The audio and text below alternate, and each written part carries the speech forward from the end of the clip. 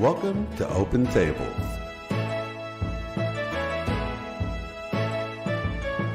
With your hosts, Cynthia Sue Larson. But it's okay for everybody to change. It's okay to let things go. And that's really powerful. Christopher Anatra. The universe is based on commerce. You know me as the quantum businessman. Jerry Hicks. I feel like I've woken up in a parallel dimension where everybody's exactly the same. They look the same memories generally speaking, but they're different. And Shane Robinson. Nobody has all the answers, so everybody's welcome to share their ideas, and it really expands our consciousness when we do that. Open Tables. Unique perspectives for a new view of reality.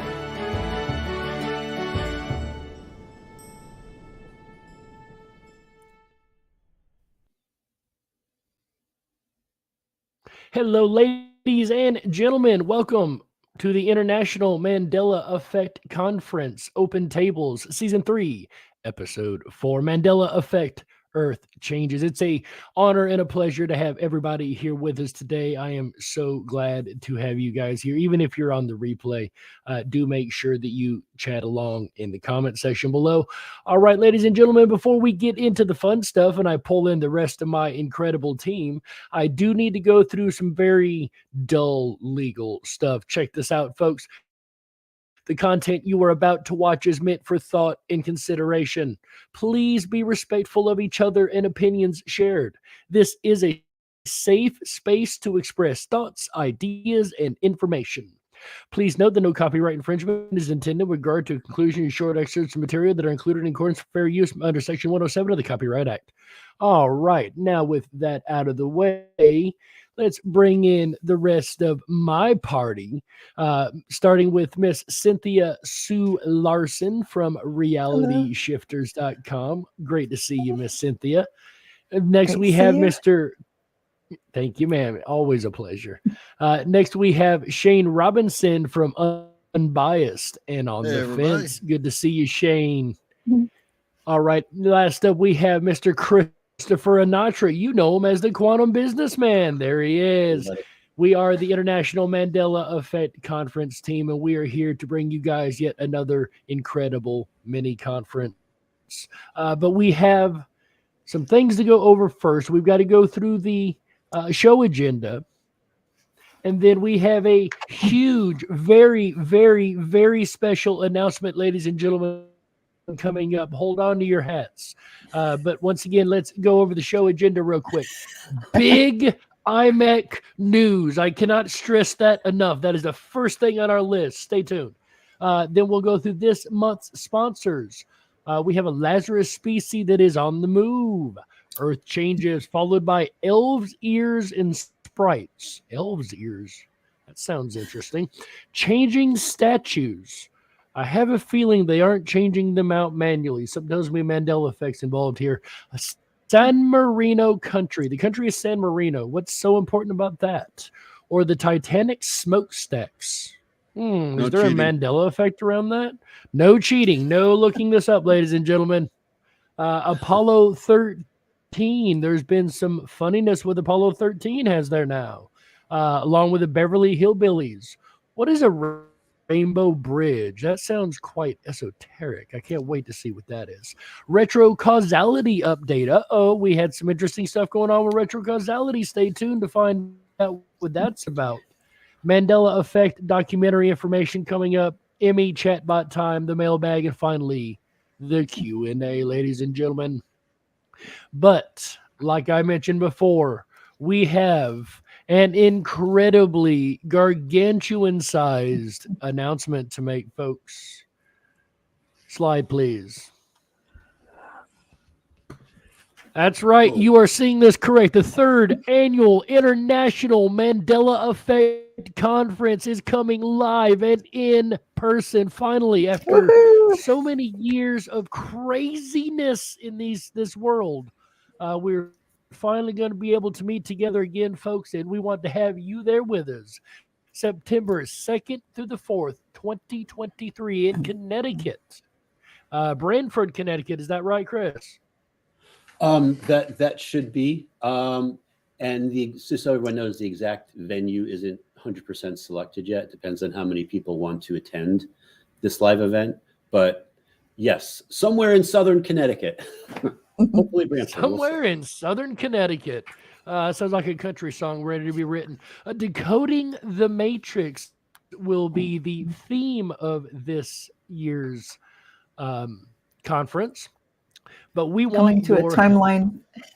Yeah. I was going to say coming to a timeline near you. I love it. Yeah. And we actually wanted our participation from the audience because we are going to be creating a Mandela Effect shirt, and we would like to get you guys to just chime in, even if you're watching this later on, put it in the comments below. What Mandela effects do you think we should put on the shirt? You can put, list 5 or 10 of them, whatever you think the top ones are. We want to put the most popular Mandela effects on the shirts to as a tool while you're wearing it around. Somebody asks you about it. Here you have this assortment of Mandela effects that you can refer to, and it's a great conversation starter. So we want your input on it. So please do write in the chat which Mandela effects you think would be good on the shirt, or like I said, later on in the comments. Absolutely. And I can't wait to see what everybody comes up with. I know I've got a list of mine. I know we've all got our own personal list, right, of Mandela effects that are 100%. There's nobody going to convince us differently, right? And we have people all over the world, so that's important to get everyone's participation. I see Sally says she is from Spain. So hey, from Spain once more, she says. Hello to you across the pond. Awesome. And speaking of people from across the pond and around the world, we also need speakers, right? You can't have a conference without speakers. So we would like you guys to nominate your speaker. So interested in being a speaker? Our theme for this year is Decoding the Matrix. What is real? How do you define real? What does it mean when your reality is shifting in seemingly impossible ways? So what do you guys think of this theme here? Could you write a talk around this? We're looking for accomplished speakers to present in person or virtually on the Mandela Effect and our related theme for the year. Applications are due by May 15th, 2023. Selections will be made in June. There's a QR code on the screen right now. Go ahead and hit that with your phone. If you're interested in being a speaker, fill out the application form there. Chris, are we going to have this up on our website also, sir? Well, it's actually in the chat as well. So if you guys are watching this over in the chat, there's a link there you can click as well. But if you're watching on your TV, you can actually point your phone right at that little code there, and it'll take you right there. So it's all convenient, and it'll be below in the description as well, I'm assuming. Yeah, and it is on IMEC.world, and I don't know if it's convenient if Heather, our producer in the background, actually could pull up the IMEC World site just to show people where it is. So you'll also be able to have it as a resource. There'll be you click, fill out the form, and then it gets emailed to us. All right, so navigate, and there it is, right there. Let's see, you can subscribe, and then right below the picture. Yep. That's that white button that goes straight to it. Great. There you go, folks. So if you're interested in being a speaker with the Mandela Effect Conference, we would love to have you join us. Do fill out that form. Make sure you read all the information on the form when you fill it out. There is some very important information on that form if you are interested in being a speaker. And we will be making our selections once again in June. So we are looking really looking forward to seeing what you guys have and seeing all the applications coming in. Tell everybody you know, spread the word around to everyone in the community. Let them know we are going again for another in-person conference. And if they want to be a speaker, this is how they do it. Yeah, and I'll just add at least one more thing to this, and that is that if you're thinking about attending live or becoming a speaker and giving your presentation live, there is this airport in New Haven called Tweed. And there's one airline that services it called Avelo.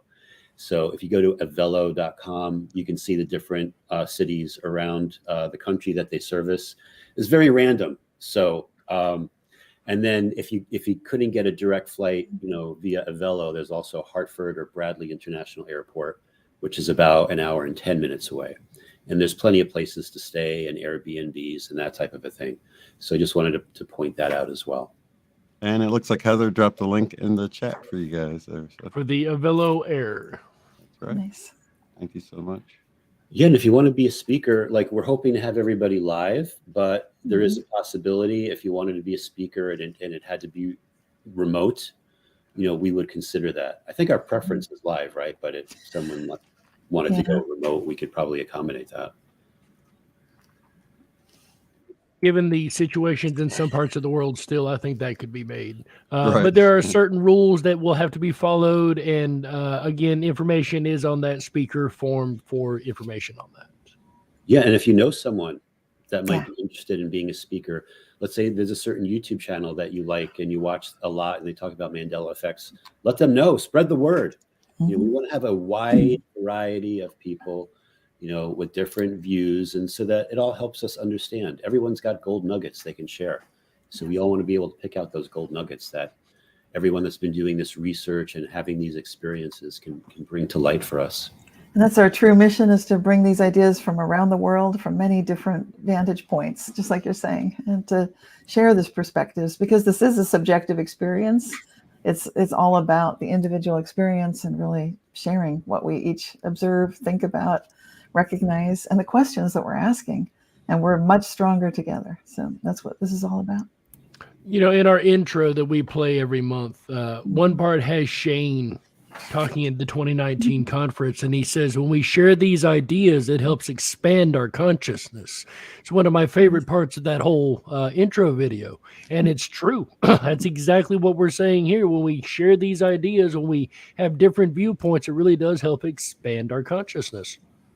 Thank you. Yeah, and I was going to say, Jerry, even what you say in that intro always makes me laugh. Like, it's the same people, but they're different. Yeah. I love it. I mean, they are different, depending on where they are with the frequency. It's that version of the person that you're dealing with. And every time you say that, I'm like, oh my God, there's so much truth to what Jerry just said. So. Absolutely. And that story in itself that I was telling was interesting too. That was my 2008 moment when everybody changed around me and played musical personalities. Speaking of musical personalities, we have some personalities to get to in our sponsors, I do believe, ladies and gentlemen. Like the UK pine marten, back from extinction. So I love Lazarus species. This is so cool. Pine martens were spotted in 2018 in Kielder Forest, England, for the first time. Since it was planted in 1926. What? Wow. It's amazing. 1926 to 2018, finally the pine marten showed up. Have been thought extinct in England due to the loss of habitat. They live in tree holes and old bird nests. They feed on eggs, bugs, small rodents, birds, and berries. And they are absolutely adorable. Yeah. This is like 90 years later, they just show up after they've been gone. And I mean, they'd never been seen in this forest, apparently. So, yeah, this is extraordinary. I love it. And look at the golden color around the neck. That is so pretty. I love the color. Feels like golden timeline is here, guys. I was going to say, yet another piece of evidence for the golden timeline. Yes, ma'am. All right, you guys, anything else to say about this? Chris, have you tuned in on this one? I did not, besides they're adorable. Aren't they, though? Which means they're probably very ferocious. Oh, I do want to add something. I just typed something into Google. I'm like, I wonder if there's such a thing as a golden marten. Guess what? There is. Wow. Called the golden marten. And it's a marten like this pine marten, and it's all gold. It's also called the yellow-throated marten, which is really interesting. So again, I don't mean to put like Heather on the spot, but I wonder if you were to type in golden martin, if you could see what comes up. Because every time we talk about one of these animals, I'm always thinking, is there a golden version of that animal? And boom, it's like, wow. It's quite prolific. I don't think we've ever talked about the golden martin before. No, that's new. Yeah. Not Martin's. new. This is the first Martin that's shown up. But the funny thing is, in our Patreon green room discussion, we were talking about a honey badger, but that would be like a golden badger, wouldn't it? Right. So look for a golden badger on our timeline. It might have been a little wink from the universe. So Heather found something? Yeah, Heather, click on that first picture. Please and thank you, ma'am. So you can see it a little bit clearer. But yeah, there you go. Wow. That's Gold wild. everywhere. That doesn't even look real. I know it is, but it doesn't even look real. It's so crazy. Beautiful. Yeah. And I've never heard of a golden martin. Yeah, it looks like they call it the yellow-throated martin. Interesting. Wow, look at these. So yeah, so there you go. Very cool. Very cool. Iron Firehorse says they're really playful. A friend of mine just posted a video of meeting a pine marten here in Canada. So cute. Well, Well, that's pretty cool.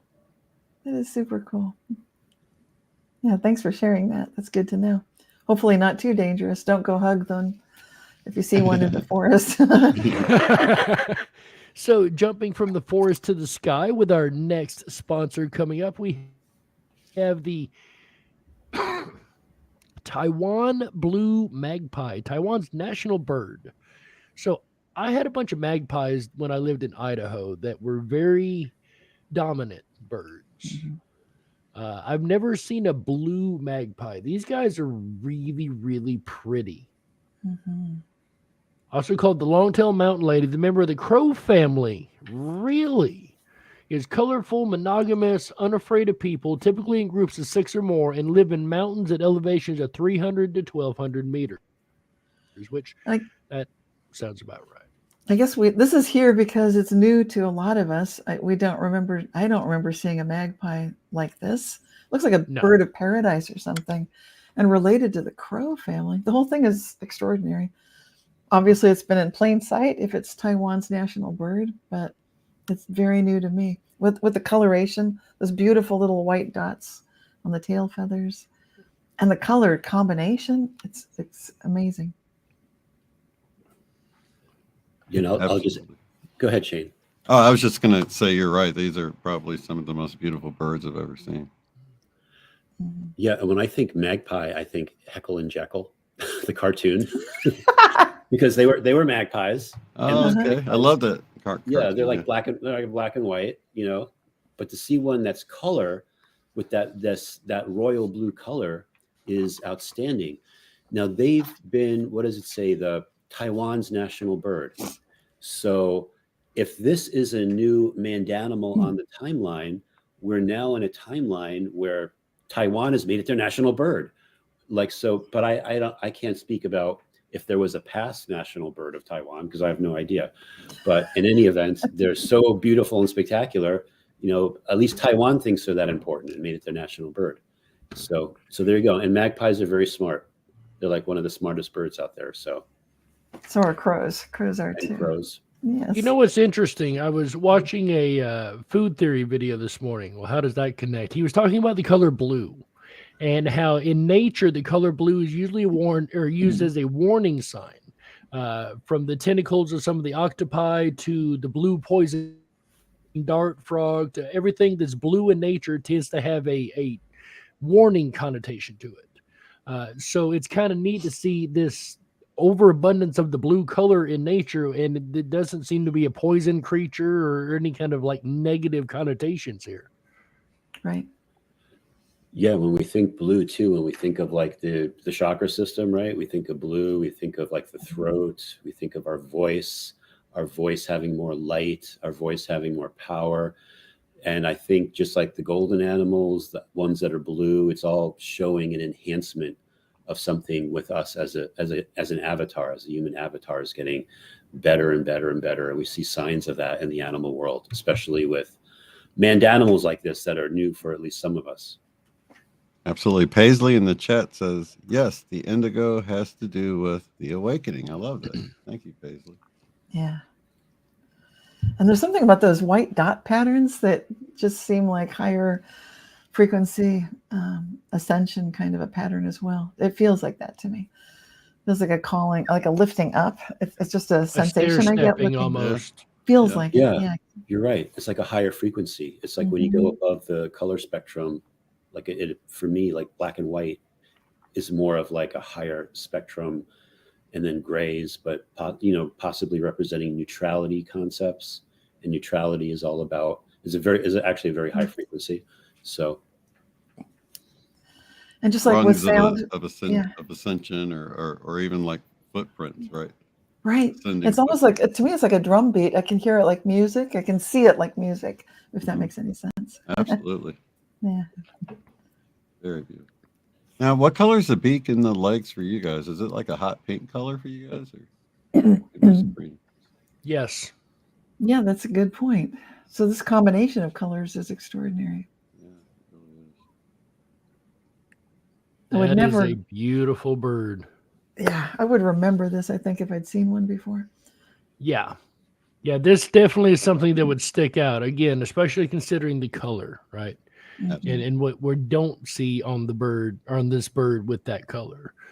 So that is pretty cool. But it's not the only bird that we have wanting to sponsor this week's show. That's right. We jump from Taiwan all the way over to California, where Miss Cynthia is hanging out currently. Yes. And the California condor is making a return after near extinction. I remember that. Yeah, they nearly did go extinct pretty recently too. So here we said 1982. We were down to 22 of them in the world. That includes the ones in zoos and so forth. So it was pretty scary. I remember the headline saying that they were going to be gone, and they look prehistoric. They look kind of ancient in a way. There's something about the way those extension feathers go out, and their heads, their beak, and their face. It looks ancient. And now there's 560 condors in the world. Yes, and this is in large part due to conservation efforts. So usually we when we talk about Lazarus species on this show, typically it's no explanation given, like the pine marten today. It just sort of popped out of nowhere, and there it is. In this case, we have an explanation, but it seemed worthy to bring it up because it's really come back from the brink, and I think it's inspirational. I agree. It is definitely inspirational to see this creature got saved, because it was very close to no longer being with us on this earth, which is really, really sad. Yes.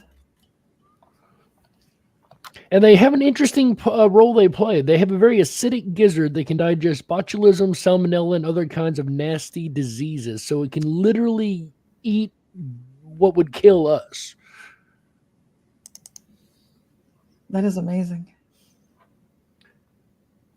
Definitely helping clean the world and the timelines up one meal at a time. Yeah, it seems like there's a message in that, isn't there? It reminds me of that Buddhist meditation, Tonglen breathing, where you breathe in the suffering and the pain and the torment of the world, and then breathe out love, kindness, compassion.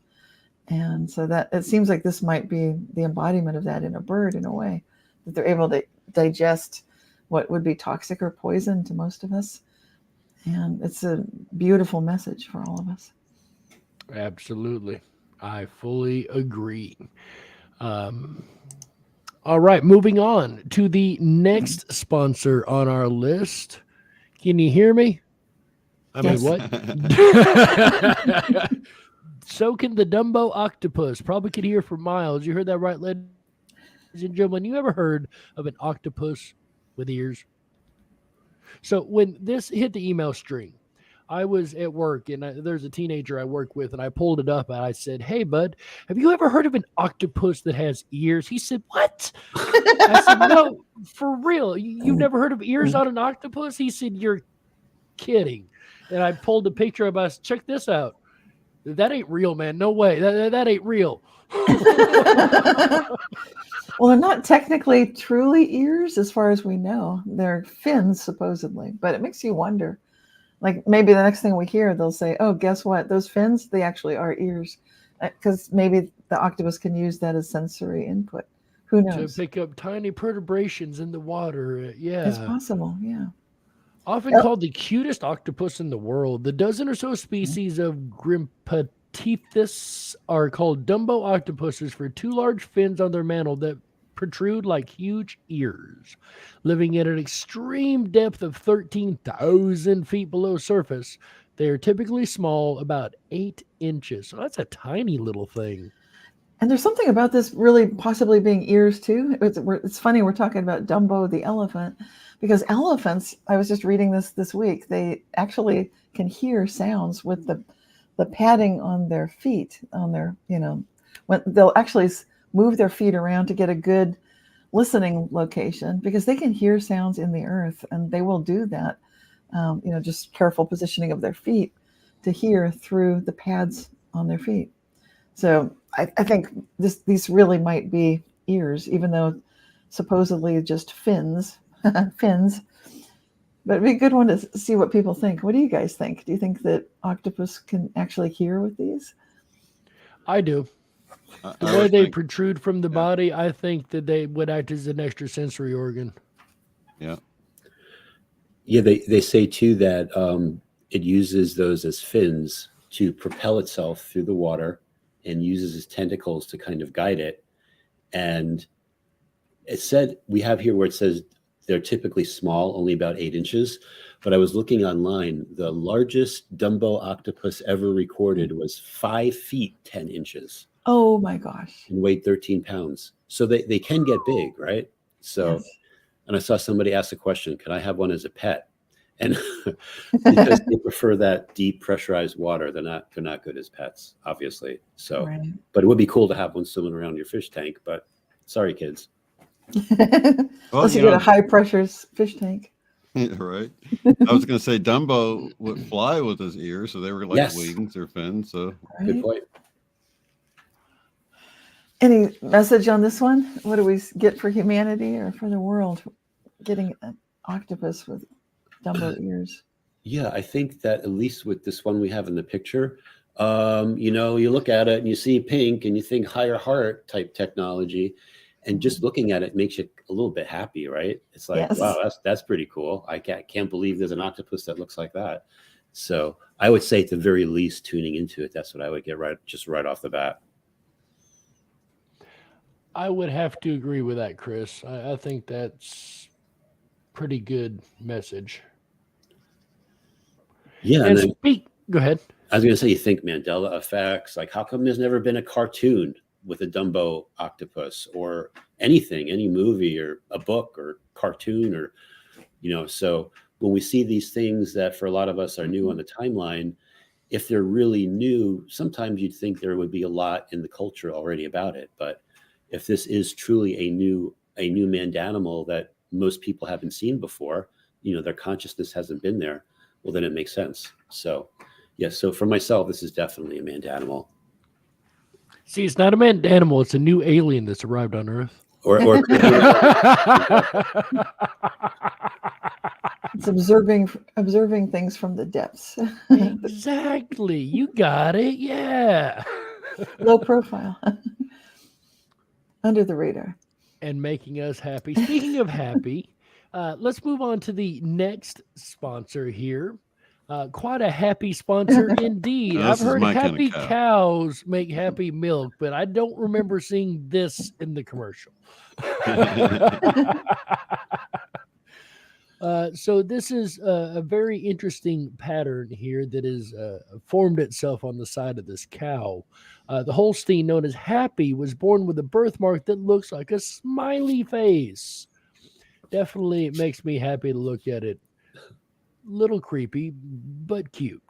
Breeders Megan and Barry Coster, who breed about 700 calves a year, say they never have seen a calf with such a unique marking before. I'm with them. I haven't either. The recent sale of the once-in-a-lifetime bull, Happy the Holstein, means he will be bringing smiles to faces for the rest of his life. He'll help with the redevelopment of a Victorian hospital in the process. So that's really cool. This is thanks to Alicia Thompson, who sent this in. So thank you, Alicia, for all the submissions. She's sending, this is a great one. Love it. Absolutely. I want to go to High Vibe in 888 in the chat who says, "Oh, happy cow, love it. A wink from the universe." And I have to agree with you on that one. High Vibe, and appreciate that. Yeah, and it reminds me too of, in this timeline, the happy Mona Lisa that we have, right? Because in my old timeline, she was never smiling. She was just like, Right. like what's wrong with the Mona Lisa? Why is she so unhappy? But now she's got this, what do they call it? A mysterious smile. So a mysterious, contagious smile. So the Mona Lisa smiling, we got like Happy the Holstein on his side. He's got the pattern smiling. So are all these things showing us that, hey, we should be smiling because we're navigating into these higher frequency bandwidth timelines.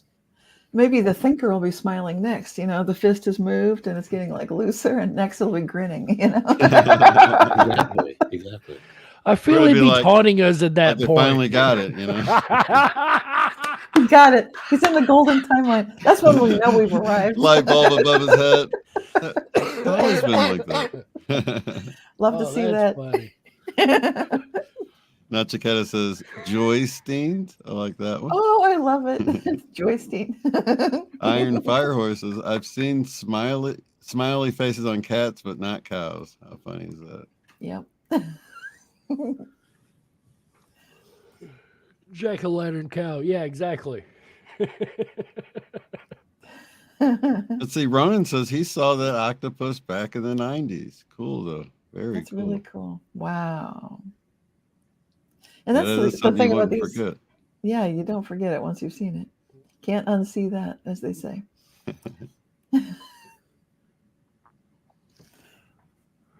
So definitely got some positivity here. Definitely more positivity, I should say, coming into the timeline with Happy the Holstein, or the Joystein. The jack-o'-lantern cow. Not you can't put it. As jack-o'-lantern cow. Games You remember the character Marshmallow? No. Shane? Marshmallow. Yeah, he was he dressed up in that goofy marshmallow suit and put together beats and jams. And the artist, musical artist. Yep.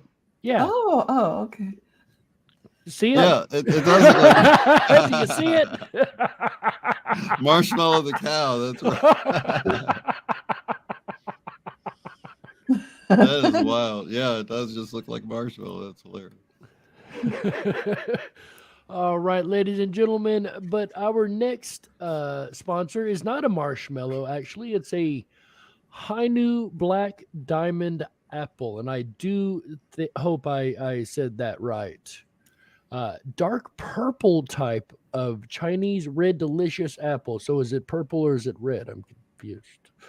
The third eye opener. Developed in developed in the special Tibetan environment in a small mountain city of Ningxi. These unique apples owe their color to receiving a lot of the sun's UV rays by day. They endure chilly temperatures at night, and this rapidly fluctuating climate cycle is credited for their signature coloration. These exotic, luxurious apples are seldom sold in American grocery stores or specialty markets, and what it can be found, it costs upwards of $7 an apple. Wow. Yeah, I'd never seen these before. Looks like Snow White's apple, that the witch brings or something. But it also looks poison enchanted. Apple, doesn't it? Looks magic. Eve showing up with one of these, huh? Oh, wow. Yeah, and I'll add too, being like in food distribution, a lot of customers dealing with produce. I was asking around about these apples, and everyone was surprised that I asked anyway. They'd never heard of it before. Oh. So it's pretty cool. I'm sure they've been around for a while. And I was trying to tune into it. What could these apples be good for? Mm-hmm. And I was getting that it would be like a boost to your solar plexus energy. I'm like, solar plexus energy. And then when you look at the description here, it talks about they owe their color receiving a lot of the sun's UV rays, light by day. So sun, energy, golden yellow, solar plexus, that type of thing.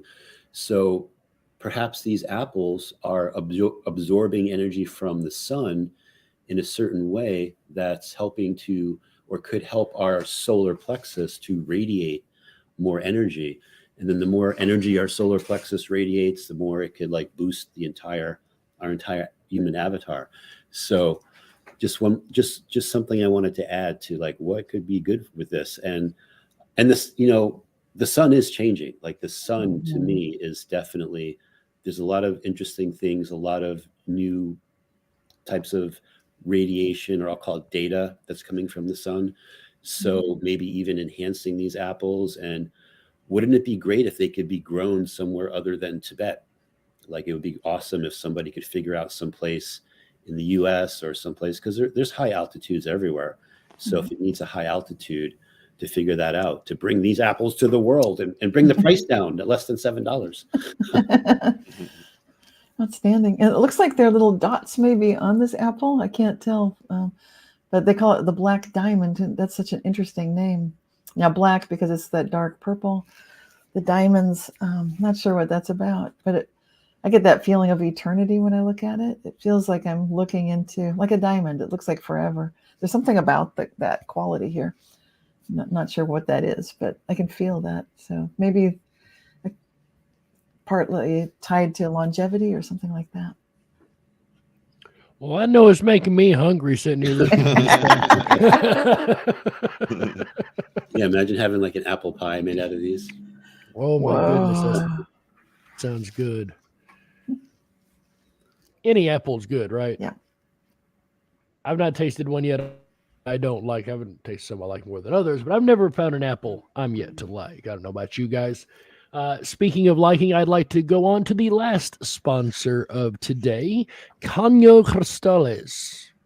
This is submitted by Lisa A. And thank you, everybody, for your submissions. We get so many submissions in the month. It's so hard to pick what we do for these shows.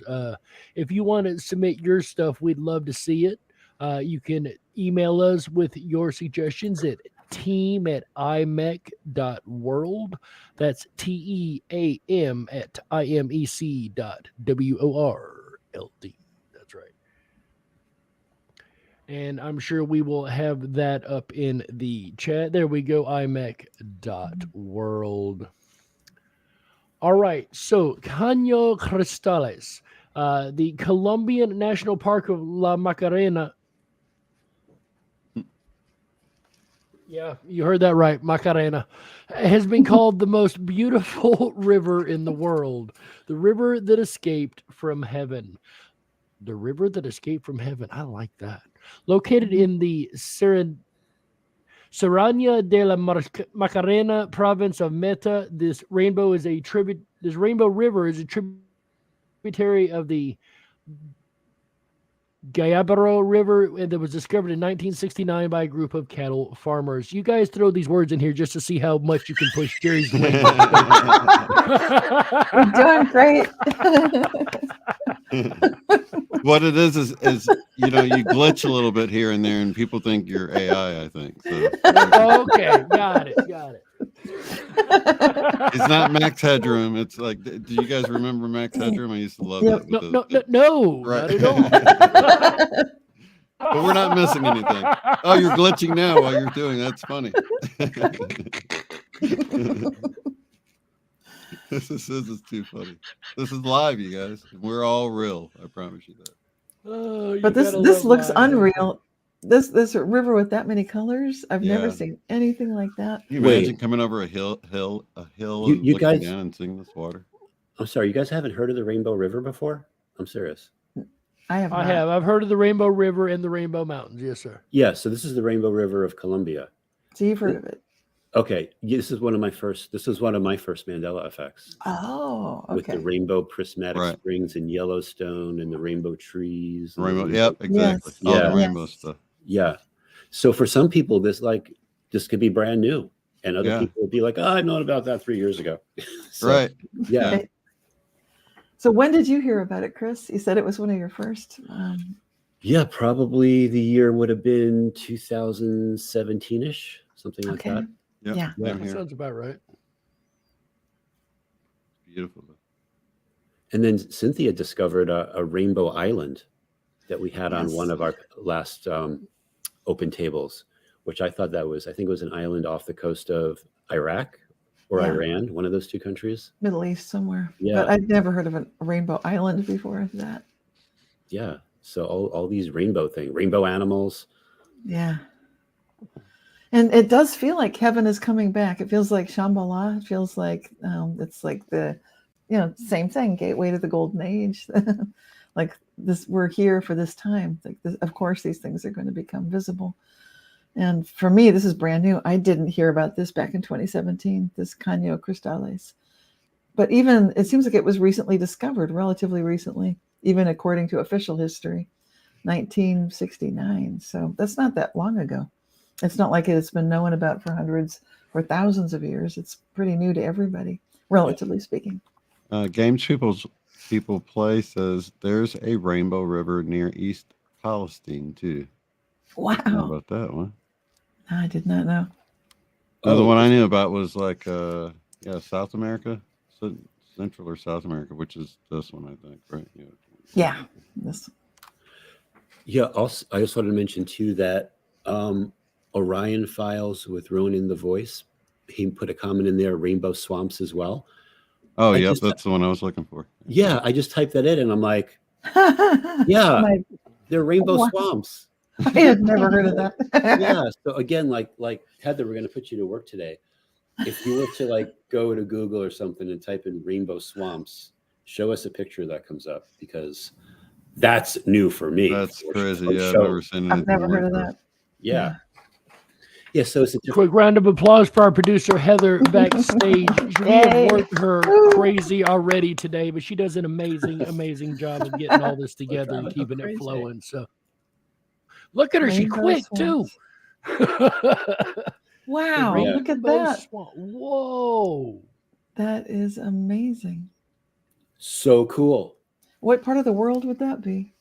Florida? Like Alabama, Florida. Oh, yeah. Okay. Places like Holy cow. Yeah, I've never heard of this before. Yeah, thanks again to Orion Files was running for that one. Yeah, thank you. That's a new one for me. Definitely. Rainbow Swamp. Wow. Where is this? And is this natural, or is this? I think those pictures are from Florida. Oh, that's a beautiful one. That's the one. I mean, like, near.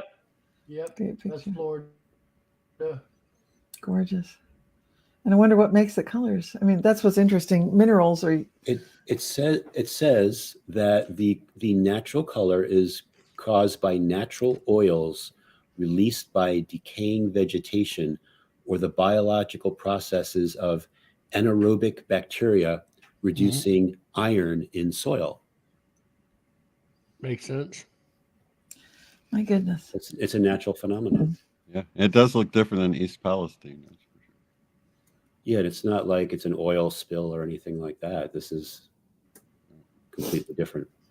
Right. What, this Earth's definitely got some rainbow tendencies, doesn't it? Yeah, and could the sun with all the new UV rays and everything coming, all the energy coming from the sun, be enhancing these things and making them even more so? So one swamp that doesn't need draining, says Summer. Yeah, exactly. Good one there. Well, what I was going to say is a lot of people say it could be some of what's sprayed in the stratosphere that creates rainbows in some of the clouds. Because remember, Chris and I talked about how just clouds have an iridescence to them that we don't remember seeing as a child. I mean, there's just rainbow colors throughout the clouds when you're looking at it, especially when the sun's in certain places that wasn't like that before. But I also saw this factory I was driving by when I was on my road trip, and it was putting out this huge cloud of like like vapors into the air, and they had the rainbow effect in it as well. So I know it's not directly what's only getting sprayed out of, up in the sky or whatever, because these clouds coming out of this factory had it as well. So I tend to believe it's the sun doing it more than I do them putting something nefarious in the sky. Yeah, there's definitely been a decrease in the Earth's magnetic field, and that's changing and it's happened dramatically, and it's getting more so. And over the last 50 or so years, it's that'll definitely change the way that we see the sun. So there's a mechanism in place that we can say, okay, that could help explain some of this. Absolutely. Yeah, there's also the whole concept about how elements, like the periodic table of elements, there's new things on the periodic table. Like, I think we talked about this before, but the conductivity of I used to be the gold always used to be the most conductive of all the metals. Now silver is the most conductive, followed by copper. What? And gold is the third. No way. So how could that be? Like, how could the material structure, the atomic structure of things actually be changing? We should have that as a full topic. I mean, that deserves explanation. Well, what about the RCA cables you get and you pay the extra for the gold? Tips on Why bother? Yeah, that's a good Shane. That's a good point. So Monster Cables used to be one of those companies that did that. Yep. So I tried to do some research on Monster Cables because I had like my old stereo system. I'm like, I'm going to pay the extra $50 to get the Monster gold-plated cables. Right. Now it doesn't. Now the company's almost out of business, to be honest with you. But now it just says that they're the least, gold is the least corrosive. It doesn't say anything about conductivity, so they could get wet or something and they won't start to like whatever. So yeah, so even those cables are not a thing anymore. Like, if you want the best cables, you want silver. That's the highest conductivity. So I know. So everything's you blew Jerry's mind. He just poof. He's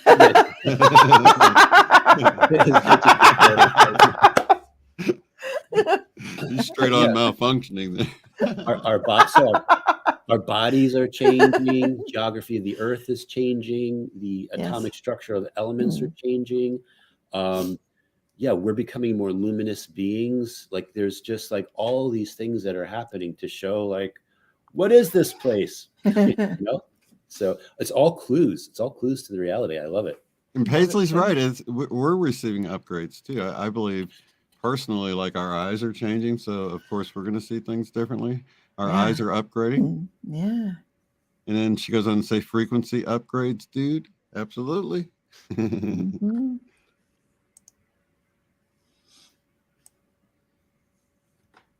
Yeah, so good stuff.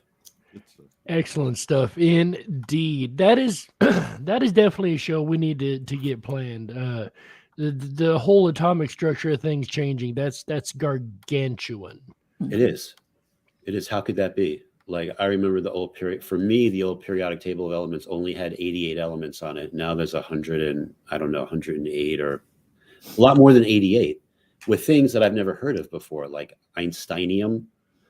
It's past 115. Bob Lazar talked about element 115. Yes, he did. It is now on the periodic chart. Wow. Does that 115 have a name? It was Mosconium, I do believe, and they changed it to something else. I don't remember right off the top. Okay. Well, things like Einsteinium, named after Albert Einstein. Sorry. Albert Einstein was put on the periodic table in 1954. So this is like nothing new. This has been there, for a long time, 60 plus years. Take that back. So it was unpentium. I do apologize. Einsteinium. Yeah. It was unpentium, and they made it Moscovium, element 115. 115. Why would they change it? That's weird. I've never heard of an element. It was originally on the chart called unpentium, and then when they actually found it, they named it Moscovium. Like, they had a placeholder, if you will, for it. Okay. Wow. This might be worth delving into in a future show. We've got a lot of material here. Yeah, there's never sometimes I'm thinking we could do 2 or 3 we could do a show every week, like literally, right? With all the emails we get and all the things. Yeah. God, content. If we had the time, yeah. If we had the time. For sure. Speaking of time, we've had a lot of good times. I'm sure independently this past month. I know I've had a heck of a month. But let's go ahead and do our board member update, starting with Cynthia Sue Larson from Reality Shifters. How's your month been? How's the newsletter this month? Oh, it's great. I got a chance to talk about finding Shambhala in the age of artificial intelligence. That was a question sent in to me. Love it when I get questions, and sometimes I'll do a video and write a blog post. So I did that. And there were some really great submissions as well. But going back to that Shambhala in the time of AI, that's important because we need to focus on how good can it get. So when people get scared a little bit about the speed at which artificial intelligence seems to be moving forward, taking over, maybe taking jobs and so forth, our focus needs to continue to be on how good can it get for all of us. And so that is super important as we move forward. And so I really dedicated a video to it, the topic, wrote that blog about it as well.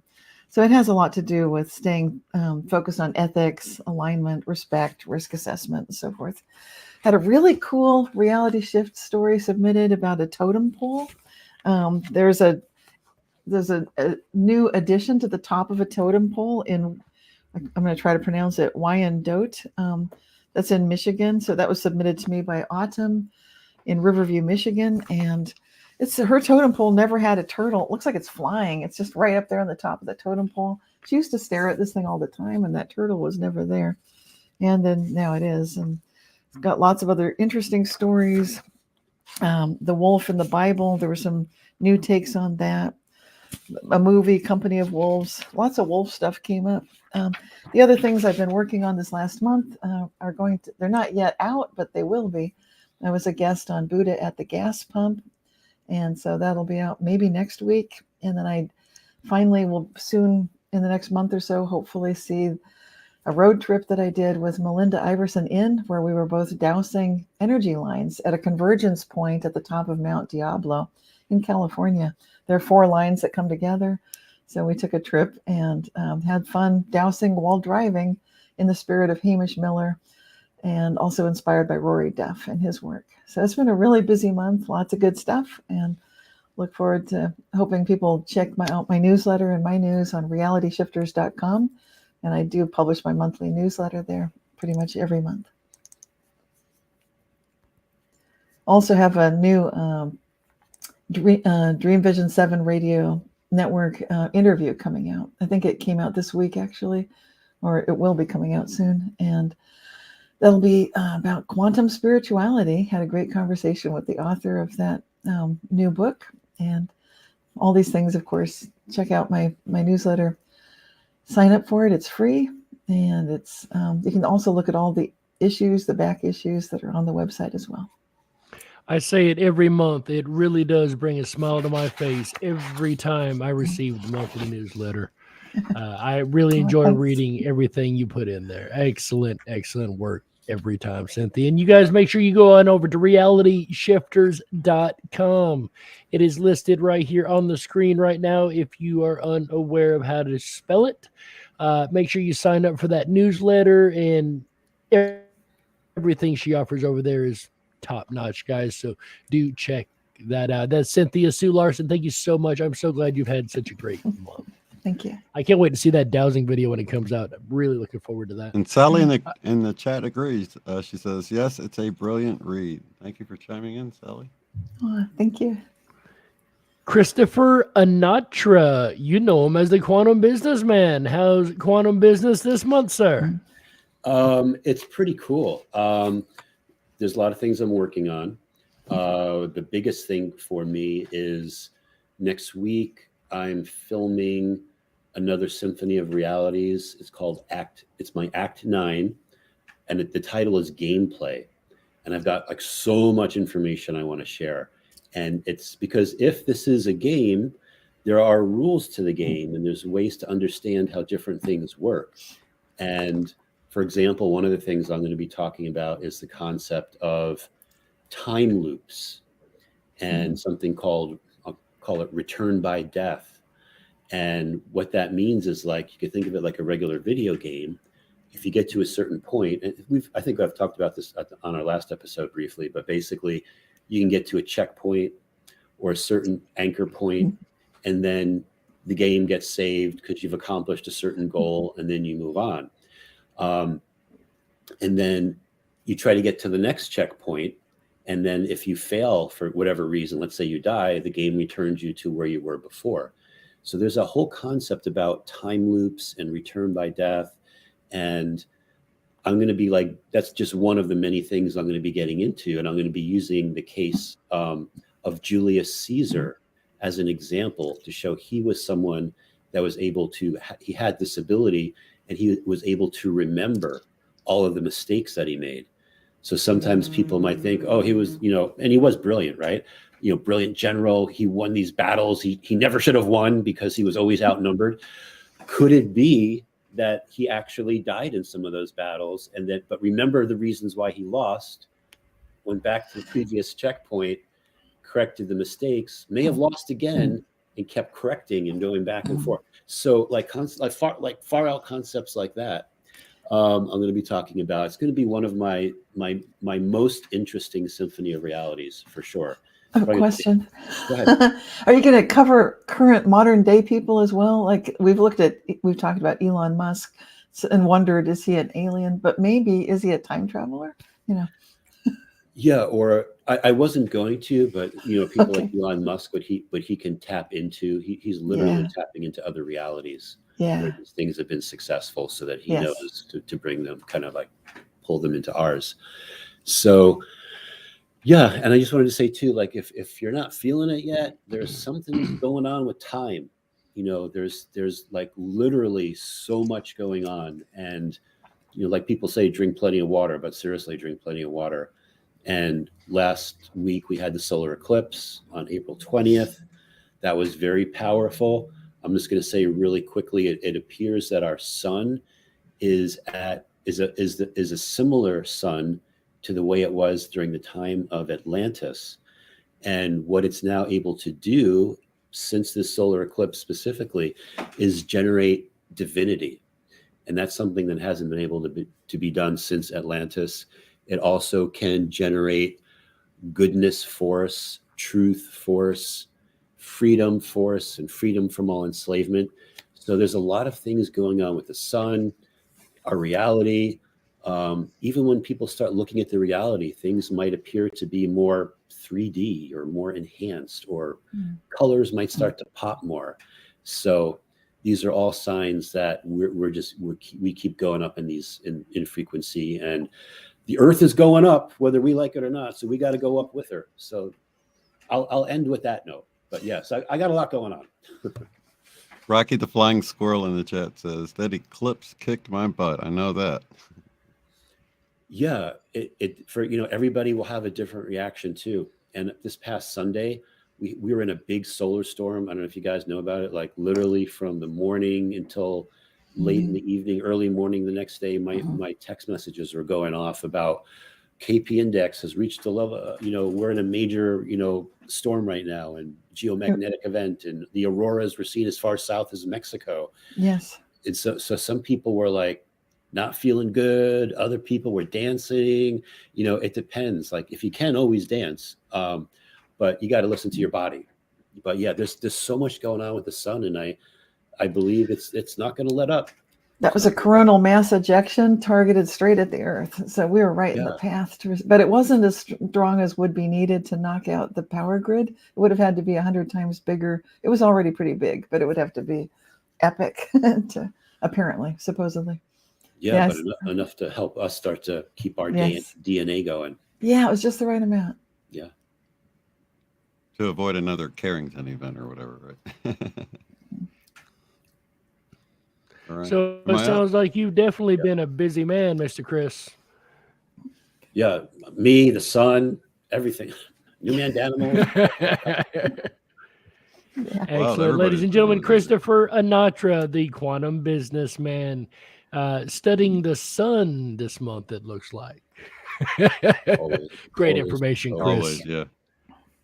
Right. Yeah. There is a working theory we've both been studying the sun quite a bit last year or so now. Finding a lot of interesting correlations there too. But Shane Robinson, unbiased and on the fence. How's your month been, my good friend? It has been absolutely magical, I got to tell you. Magic within my music creation and art creation and interactions with others, synchronicities that seem to just flow from one person to another person. And, and it's just really amazing. Like people that have no idea of each other even will send me similar things. And it's like all part of this great fabric we're all part of, whether we're aware of it or not. So it's been extremely magical. I do have an event we're planning for the end of July. Now we're going to be out east with the conference, but in July we're going to be out west in New Mexico. So if you guys are into looking at UFOs and meeting other spiritual people, we're having like a CE5 event where we're going to be meditating and bringing in UFOs and making contact with our star family. And if you want more information on that, it's going to be a smaller group thing. So you'll have to watch the video from 2 Fridays ago. It's labeled CE5 on my YouTube channel. And that's really the only way. If you watch that and you're interested, just shoot me an email and I'll add you to the email group list for this get together. It's going to be the 21st to the 23rd of July. So it should be really fun. Nice. And that's about it, you guys. Cool. Awesome, Shane. Glad to hear that. So if you guys are interested in checking him out you said July in New Mexico, sir? That's right. And where would they go once again to find that out? On my YouTube channel. YouTube channel. And Yeah, what I have a about video for UOTF.net? Are you updating that over there? Nope, that's not going to have There anything too, on or- it. You just got to go to this video. That's the only place. It's not advertised There you as a go, ladies public and thing. gentlemen. Yeah, you just got to go and send me an email if you're interested. If you know, you know. That's right. That's Shane Robinson, unbiased and on the fence. And I, of course, had a incredible month. Went to Vegas this month. For third time I've been there all my life. And I finally made it to the Strip, ladies and gentlemen. For those wondering, yes, I finally went down to the Strip and spent some money in the machines. I didn't spend all my money, and no, I didn't win any, but it was fun. I had a ball. I was actually in town for the National Association of Broadcasters show that they have annually there. So much stuff at that show that we were able to connect with. Do check out the rippinrabbithole.com, RIPONRABBITHOLE.com. We're going to be expanding that a lot coming up in the very near future. We've got some really cool background projects we're working on. One big one that I personally am working on, I can't wait to announce when we have the chance. And it's something even IMEC is going to probably help announce at the same time. So if that tells you what the topic may very well be, ladies and gentlemen, stay tuned. Once again, we've got a lot coming up over there, but I had a blast. I went to Vegas. Like I said, I got to go down the Strip. Special shout out to Jason Byrne, the magician. I got to see one of his shows, as well as a number of other variety pieces in that show. Wonderful time. Shout out to everybody in Vegas that I was able to interact with. If you actually did listen to me and come check us out, we appreciate it. So that's been my month. Lots of traveling, lots of fun, lots of business, all wrapped into one. So we're back now, getting into the regular grind again, just doing the regular work thing, and of course, hanging out with you guys here at IMEC. And you had a birthday too, right? And I had a birthday. Yes, ma'am. April 13th was my birthday. I am Happy birth month. now officially.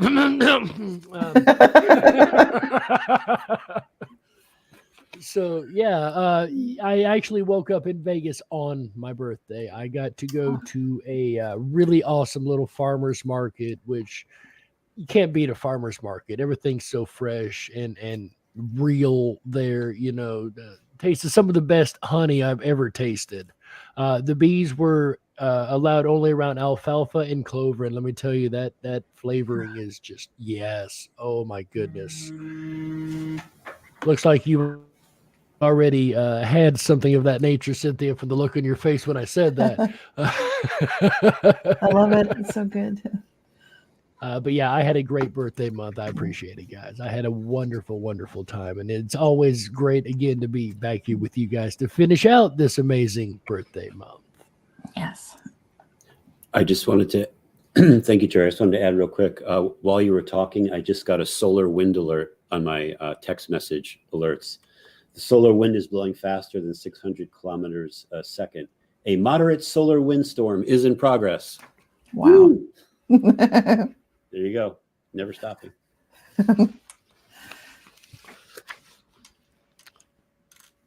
Well, hopefully it won't mess up the electronics down here on this little rock too badly, right?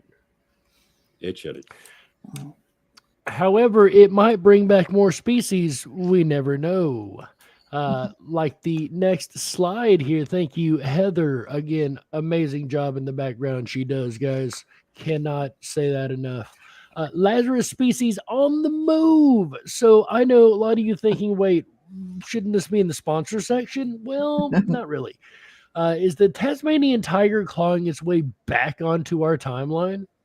A recent study led by the University of Tasmania scientists asserts, I'm not even trying, guys, probably survived to the 1970s or later.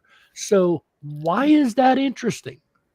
Because we covered in season 2, episode 12, that the last time a specimen was said to have died was on September 7th, 1936, folks. So it's inching, creeping 1936. closer. Yeah. Now it's back in the 70s, or maybe even after the 70s. This is amazing. So this is something odd. Normally when we see a time jump, it goes further back in time. It rarely comes more forward in time, right? Right. On a same note, scientists this year also debated whether the ivory-billed Lord God woodpecker, IMEC Season 2, Episode 4, is extinct or not.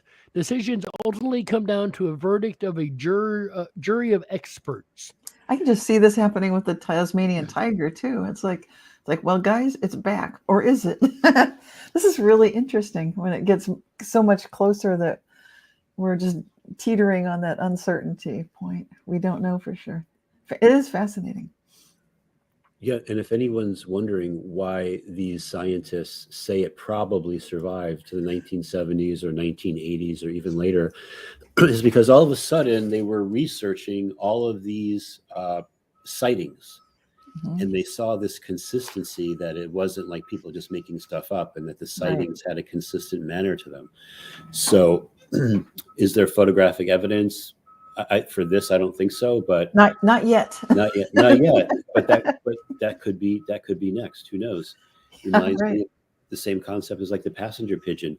There have been like reported sightings of the passenger pigeon in the northern United States, primarily in the upper section of Michigan, and some of them seem to be credible. But so are these signs that these species are coming back, or at least we're in a timeline where if they did go extinct, it was far later than what people thought it to be. All good signs. Yeah, no kidding. This is really exciting. I'm expecting we're going to see some Ring camera footage from someone's front porch, like Tasmanian tiger on the porch. Yeah. Yeah, it's pretty cool.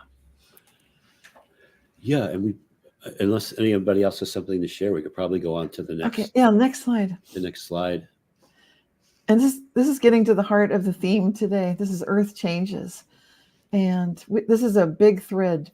We've got a lot of topics here, but this first one is a real doozy. And this has been a headline recently. This last month, scientists discovered a massive ocean inside the Earth's core. And you can see in the picture, it's like usually when you look at the core of the Earth, I don't know about you guys, but I always heard the science that it was just this hot molten kind of the inner core, and as far as what was in between the outer crust and the all that, it was kind of a mystery. But there's something called a transition zone, and there's been a big surprise in the transition zone that's between the crust and the core. It's in the mantle, and this image is showing a little bit of a cutaway to reveal these different layers of the earth inside. And there's been a reservoir of water, 3 times the volume of all the oceans beneath the earth's surface. And this was according to an international study. This water was found between the transition zone of the earth's upper and lower mantle. The team analyzed a rare diamond that was formed 660 meters below the earth's surface using techniques including a form of spectroscopy and FTIR spectrometry. There is no ocean in there. You might be thinking, where's this water? Is it like ocean water? But no, it's actually hydrous rock, which apparently doesn't feel wet and it doesn't drip water if you squeeze it. And on the next slide, we can take a look at what that rock looks like. And here it is. This is actually a diamond, and it came from a certain place in Brazil. And it contains water-rich inclusion of exactly what we're talking about. It's got that mineral in there. There's a mineral, I don't know how to pronounce that, ringwoodite. Ringwoodite. Thank you. Sounds okay. I'll hand this over to you, Jerry. There's a lot. Carry on, by all means. You are our resident scientist. Okay, fair enough. Well, anyway, this came from such a deep depth at 660 kilometers. If you were to ask me what I would expect to find in a diamond that was at that depth, it's certainly, if you gave me a multiple choice test and water was one of those possibilities, I would not have checked that box. But there it is, right at that interface between that transition zone and the lower mantle. This ringwoodite is the prevailing mineral. Who knew? And that ringwoodite is just holding this water. Now, a diamond from this region is very rare. Apparently, I've never even heard of diamonds at this region, let alone ones that contained something like ringwoodite or water. This seems extremely special. So the analyses revealed that the stone is containing numerous ringwoodite inclusions, exhibiting a high water content. And furthermore, the research group was able to determine the chemical composition of the stone, which was almost exactly the same as that of virtually every fragment of mantle rock found in basalt and basalts everywhere in the world, which showed conclusively that the diamond definitely came from a normal, not a strange, piece of the Earth's mantle.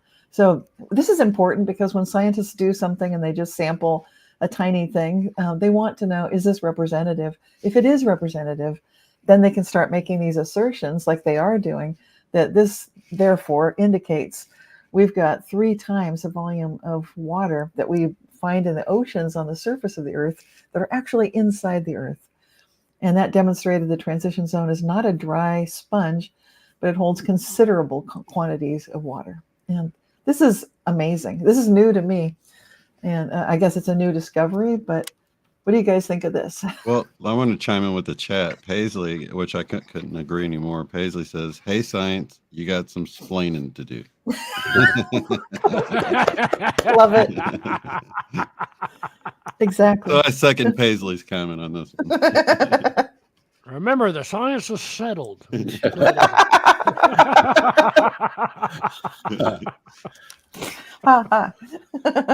Yeah, science is always true science is never settled. True science is constantly making hypotheses and testing them. Correct. Yeah. Scientism is the only thing that's ever settled. The way you say it, it sounds like where's the stake through the heart? You know, it's like right. Scientists are like the blind men and the elephant. That's true. Mm-hmm. That's true. Really So this makes a lot of sense to me based on a scientific thinking. For instance, we know the bottom of the ocean gets constantly fed up under different plates, one under another, subduction zone, so on and so forth. And it pulls everything into the earth. Well, it's also going to be pulling water into the earth. There's no way to avoid that. It's literally in the water that this is happening. So the water is going to end up going somewhere logically. We assume that it would just steam off, but where's it going to steam to? You know what I mean? Like if it's going under the mantle or whatever, it might steam up to the next layer of rock, but it's still going to be there. So, I mean, this makes sense to me that it would do that. It's just really, really awesome to find that kind of thing. And it also brings questions for other planets, like Mars or any other planet we were to inhabit. Would we be able to dig down a certain amount of depth and pull water rock literally out of the planet? Or when you hear them talking about the oceans are going to rise, well, no, not really. It's just going to go up under here, and you know, it definitely brings a whole new twist to the whole, you know, narrative that's being spun nowadays. Absolutely. Yeah, that was my feeling too. It's just so surprising and unexpected. And just to add to that as well, so 660 kilometers is about 400 miles. So this diamond was from very deep in the ground, like 400 miles. That's like really deep. So you wonder, like, how do these diamonds get to the surface where scientists can discover them? And there's the whole concept of something called a kimberlite pipe. Is basically a volcanic eruption that reaches the surface and just blows everything up with it. And all diamond mines are based upon a discovery of one of these things called the kimberlite pipe. So that's how they're able to come up. And they say that there's a certain depth within the earth where the mantle is like littered with diamonds. Like there's diamonds everywhere. And for us, they're very rare because, you know, these kimberlite pipes are rare when they blow up from that depth. So that's something else to keep in mind too about interesting. Just for everyone to have a concept of how deep they are and then how they get to the surface. And then geologists that are searching for new diamond mines, there's a certain type of signature they can see from different equipment to see if there is a circular kimberlite pipe in the area. And if there is, they go and they start looking for diamonds that have come up through that kimberlite pipe. So just adding one more thing. Yeah, we're constantly learning about this planet that we're on, constantly.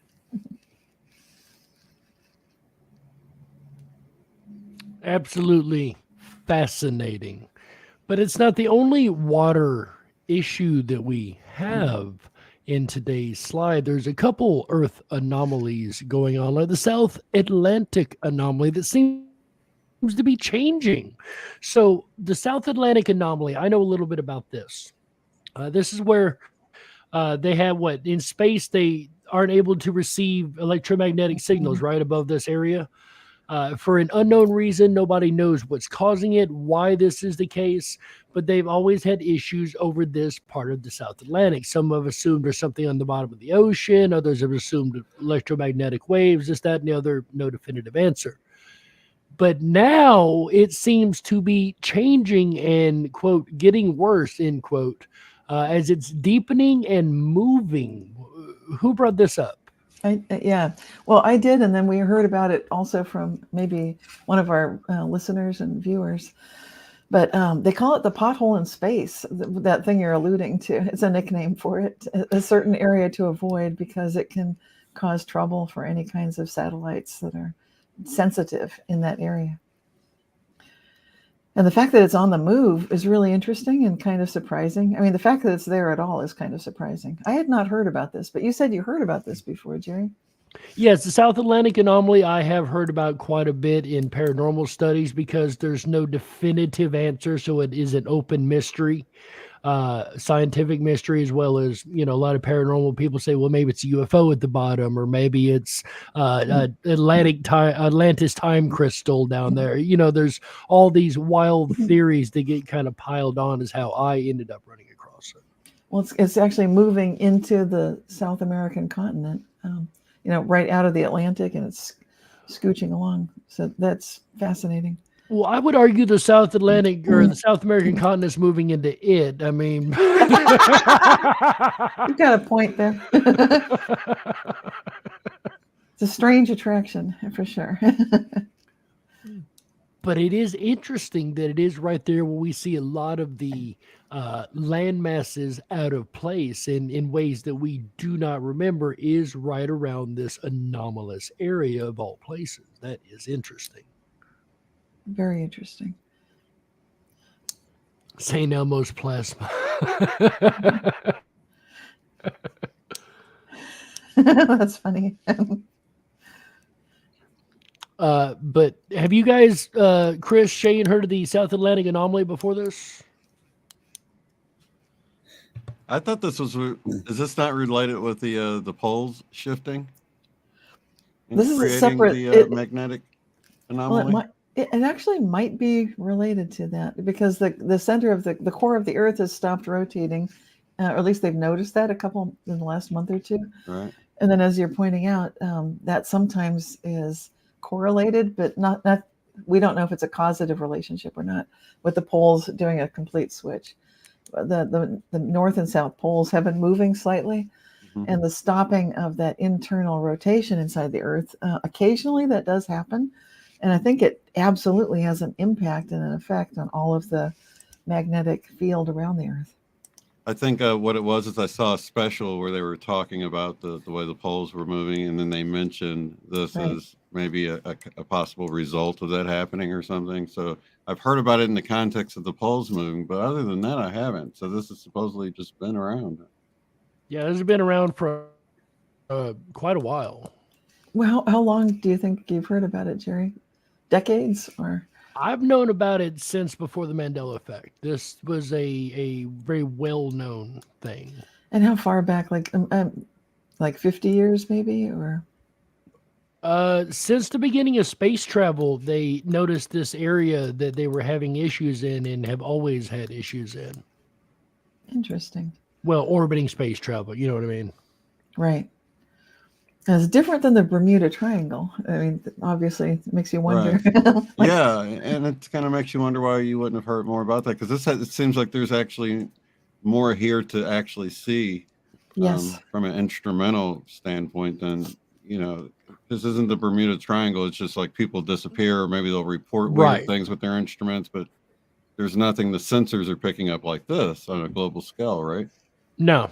Right. Nothing on a global scale. And this is at the edge of it, really. The top part of this is kind of at, getting close to the edge of the Morino Triangle. So I don't know. Oh, yeah. Depending on how big and how to scale this is, it could totally be at the edge of that blue area, But it wasn't over land like it is now. It was over the water. It was literally to the right, to the east. Yeah. Okay, so when I saw that special, it was like in between Africa and South America. It was more like in between the two continents. And it's been moving. And you could have a point, Shane. It may be connected to the movement of the poles. I think you're possibly right. It does seem connected. Yeah, I was just again. It's like oh, sorry. I was going to say, how they'll take two mysteries and kind of try to solve each other with it. It could be one of those sort of like they did with CERN and the Mandela Effect, right? Two mysteries. Put them together. It was solved, right? But yeah, I don't know. Yeah, I was just going to say too that I probably first heard of this for me maybe just a few years ago, but the images were never over land. It was always like right in the middle of the South Atlantic. So to see this map of it now is kind of confusing to me. Right. So, but the Earth is changing, right? I think we all, whether it's like continents or islands getting bigger, or Sicily now touching Italy, there are all these different things that are just changing about the reality. So I'm sure there's a big clue with this, but yeah, I haven't tuned into it, but I feel this is important somehow, especially how it's growing. Well, it's interesting that you mentioned how it's almost like South America moved to where it was rather than it moved over South America with the Mandela Effect changes. That's interesting. That is interesting. Because it is about how I remember it. It just wasn't over South America. It was to the left, to the the east. It was a lot further east. West, West. Yeah. Yeah, that's a good point. And this definitely has a connection to the Van Allen radiation belt. I know Eileen Colts would have had something to say about that, and so I don't know what that would be. No doubt. If anybody remembers what she would say, Shane or no? Elizabeth says she's never heard of it before. Okay. Yeah. And Paisley saying the same thing. South America moved into it. Haha, totally. Yeah. Yep. Yeah, it looks like it's over Brazil, if I'm not mistaken. I'd have to look at a map more, Okay. closely. So is it pulling the continent over there? Is it like a, Mhm. of course. Interesting. Well, So we definitely need to keep an eye on this as it continues to grow and move, and see if we can't note any differences that do start occurring. Perhaps we'll start seeing large amounts of Mandela effects underneath it. Who knows? Time will tell. Speaking of time telling, next slide, please. Earth changes. Africa splitting in two. Do what?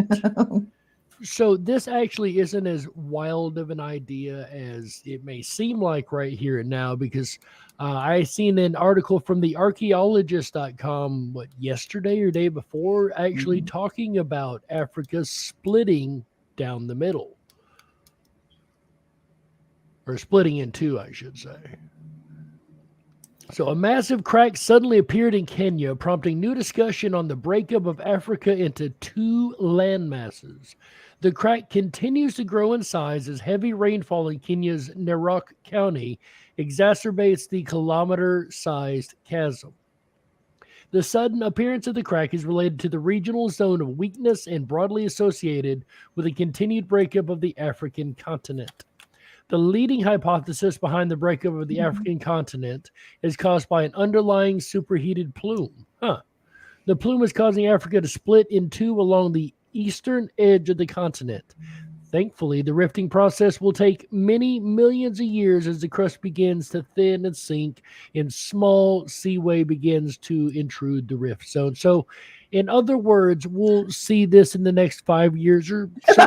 Right. That's what I was going to say. It's like, okay, this is the official story, millions of years. Those of us who are alert and actually aware of the Mandela effect, stay tuned. Right. We've watched South America move millions of years in just a few. So, yeah. Yes. Exactly. Wouldn't that be neat, though? What do you guys think? Africa's splitting in two. Things are changing for sure. The whole world is changing. And it's going faster than it seems. So this millions of years thing, that's like a cover story, the official version. But clearly, I think there's something bigger happening. What would we name it? Afriquettes? Well, it'll arrive already having a name, and we'll just not have remembered any of that. Right. It was always New Africa. What are you talking about? It's always that little continent off to the side.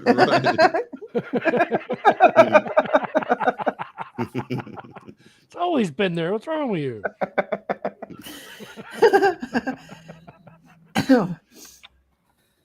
But it's fun to see this actually happening. And this one ties in with the next slide, actually. These are kind of related. If we go to the next slide. It's funny because Sage kind of beat us to it. Old maps show California as an island? Yes. There we go. Exactly. That's what this is all about. This is amazing because I live in California. I've never heard that there was what we're seeing here in front of us, this map showing California basically as an island. There's this huge body of water in between the Sierra Nevada and the Pacific Ocean, and creating this very long kind of a isthmus, or it looks like a long finger kind of a shape. So California then has this island off to the side, and then the mountains and the coast, the range of Sierra Nevada mountains. Anyway, the story here is that there are now 18 maps that show California as an island. And Glenn McLaughlin wandered into a London map shop starting back in 1971, and he discovered a map from 1663 where he saw something he'd never seen before. California was floating like a big green carrot, untethered to the west coast of North America. He bought the map and hung it in his entryway, where it quickly became a conversation piece. Then he became obsessed with these old maps of California. He collected lots of them, and showing that California was an island. So it wasn't just one map. This was something that was showing up again and again and again. And Spanish expeditions, which is where this map on the right came from, from the early 1600s concluded that California was cut off from the mainland. So these Spanish observers and map makers, they were not novices.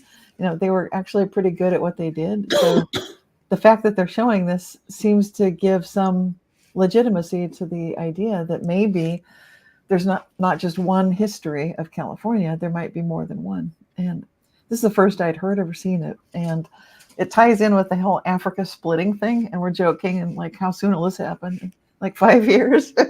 Yeah, might be. Who knows? So this are you thinking this is like possibly like residue of an old timeline where it was like this?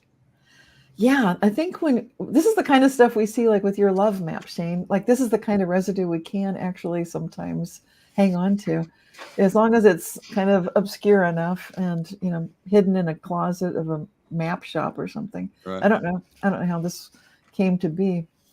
But some of these points of reference do indicate that there is something else going on, and especially if they're hand drawn, like old maps used to be. Yeah, and I'll just add to this too. I'm kind of familiar with this because in my last Symphony of Realities, Act 8, called Dream On, I mentioned this briefly, but basically, the global narrative will tell us that the map makers, the cartographers got it wrong. Because they didn't understand Baja California and that peninsula, and they didn't understand blah blah blah. They didn't know what they were doing, basically. Right. However, there is a lot of evidence that California, based upon these maps, was actually an island.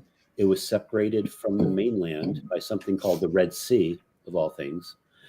And so one of the things I talk about in that particular presentation that I made had to do with timeline edits and timeline overlays. So the concept is, everyone hears about Tartaria, right? The Tartarian Empire. And we have all of these, even in the United States, you've got all these grand structures that are now state capitals or museums. And they were built in like 3 or 4 years when the government was broke. They had no money. All of a sudden they had money to make these grand buildings and so forth. So there's this whole concept called a timeline overlay. So let's say the global narrative or domination and control is trying to edit something out, like they're trying to edit out Tartaria. What they could do is they could edit in a new timeline. So for example, an older timeline where the American Indians or First Peoples inhabited the land.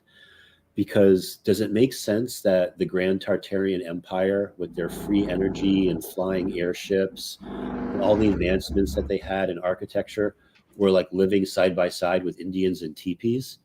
So, and then there's a TV series. The name escapes me of it at the moment, but basically it explores that whole concept. And this TV series is all about time. I'll remember what it is. I'll tell you guys what it is in a minute. But basically, it's talking about how there's an overlay of time of the old American buffalo herds and all that being overlaid into modern society, into the northern United States. So that kind of a concept has already been put out there in soft disclosure. Actually, I think Josh Brolin was the star of this particular, it's like a Netflix series. So far it had 1 season. And I think that they're going to renew it for another season. It's very, very interesting. So, and we know that, Mandela effects affect geography, right? So why not this? So it's just something to consider, that maybe the map makers got it right. And maybe at some point in the historical record, California was an island. Mm-hmm. Maybe at some point, during the times of Tartaria, and part of this started to get edited out so they could bring in another timeline and kind of get Tartaria out of the picture for us. So again, just something. Chris, can I jump in here on you real quick? Oh, Outer Range. It's called Outer Range. Okay. Outer Range. Go ahead. Check that out, folks. Consciousness Watch, $19.99. Thank you so very, very much, Consciousness Watch. We very much appreciate that, guys. If you want to donate, remember, IMEC is a 501c3 organization. That means that your donation is tax deductible. That's right, folks. So feel free to super chat, super stick, or super whatever choices they super give you over there. We would really, really appreciate that. Also, make sure you join our Patreon, ladies and gentlemen, where you're going to get access to very, very special videos that only the Patreons are going to see. Our green room videos we do before these shows, we put those up over there on Patreon. We're able to talk about things that you can't talk about on YouTube. You're only going to find us talking about them, ladies and gentlemen, on the Patreon channel. Go check that out. Link is in the description of the YouTube channel here. So patreon.com/I and then MEC, International Mandela Effect Conference. Folks, do make sure you support us any way you can. We sincerely appreciate it. All right, Chris, I do apologize, my friend. Carry on.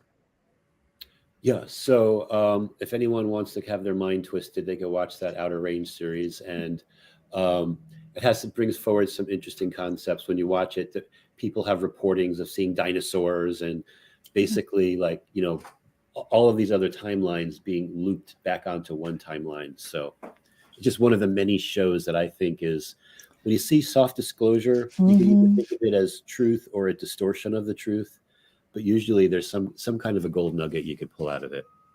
I was thinking about that when you were talking, because the thunderbird is that large bird that Indians reported having seen. Sounds like a dinosaur. And, you know, it's been etched onto rocks. And you probably know a lot about this, Jerry. Really interesting. Fascinating. The thunderbird, I think, is a dinosaur that isn't extinct. I think we've got quite a few of them running around today that have found ways to stay hidden. I mean that in all seriousness. Yeah. And it's great to hear that.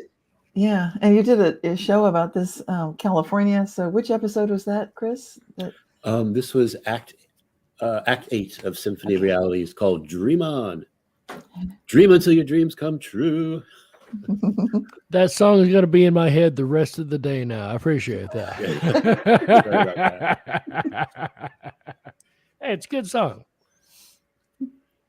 And I may be able to hear it with my regular ears, but not everybody has regular ears. As we've moved on to our next slide here, some people have what's called Stahl's ear or elf ear.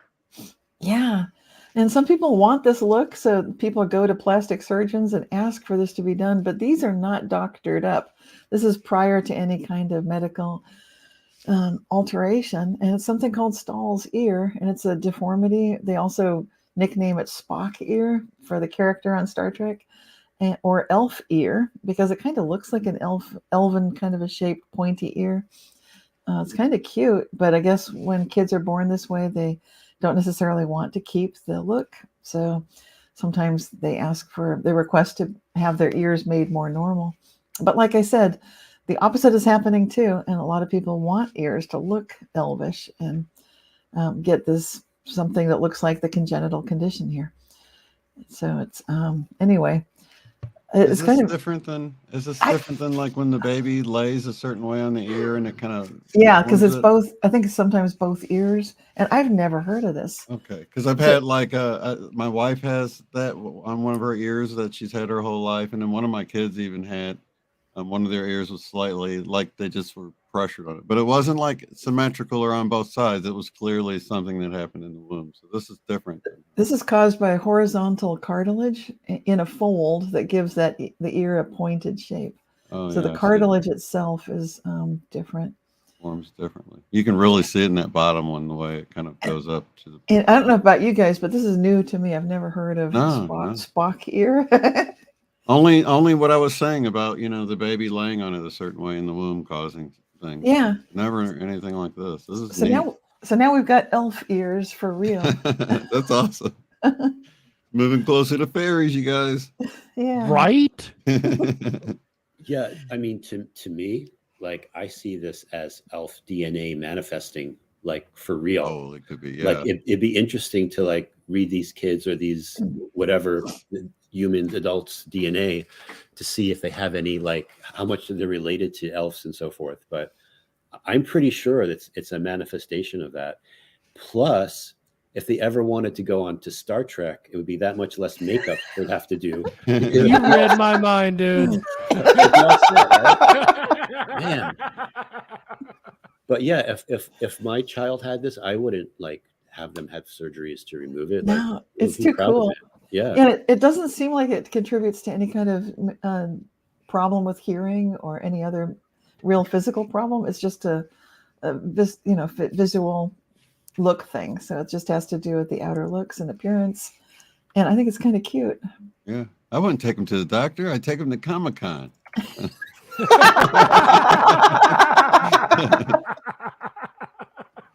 Yeah, and actually too, like ears are like super important. Ears are literally like fingerprints. Like they can identify you by every one of our ears have a different structure. And that's why, like another video I made about the terracotta warriors, they, every terracotta warrior in China, that was the discovery where they found the 5,000, 10,000, 12,000. They keep discovering more of these terracotta warriors that all look different, like heights, faces. So these scientists came in and they analyzed their ears, and all of their ears are different. So the traditional thing is to think that these terracotta warriors were like statues made, some kind of mold, so to speak.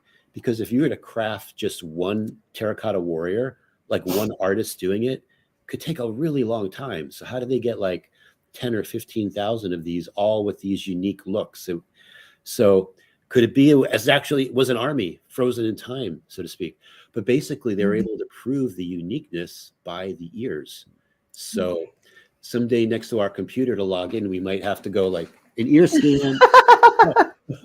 But yeah, so yeah, ears are super cool and super unique and individualized to all of us. And for myself, I think I've noticed my ears have changed. Really? So, how are they changing? What do you notice? The inside of my ears don't look like they used to. To answer that question, Morris dropping in. That ear condition is called volcanosis. Haha, $2 for Morris. Thank you so much, Morris. Hey, thank you. Thank you, Morris. Thank you. Go ahead, Chris. Yeah. So basically, ears are an important part of us and could actually reveal things about ourselves. Like people should study the ears because maybe there's a trademark thing where if your ears have a certain structure or whatever it is, it might indicate something about who that is as a person. So, and like I said, I like my ears, I believe like the shape inside my ears has changed. It's not what I remember. I remember looking at the inside of my ears, like not all the way the inside, but just the outside of the ear. I'm like, that's not what I remember. My ears didn't look like that. Do you have pictures that, or is it based on the way it feels or in the mirror? Memory. Okay, like in the mirror kind of thing. Yeah, that looks different. Yeah. Okay. So. But not bad or good, just kind of different. Yeah, just different. Yeah. Cool. Very cool. Really interesting.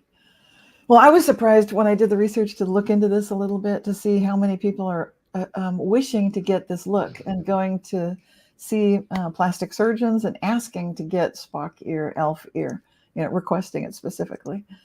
So, and I'd never even heard that this was a thing at all. So, the whole thing is surprising. I want to move to the chat for a moment. First, let's go to Paisley, who says, I predict that nose bridge will be evolving more straight from forehead, better for third eye tech. And then I'll go on to Hannah, who says, in acupuncture, the ear points relate to the entire body. How interesting is that? That's cool. They sure do.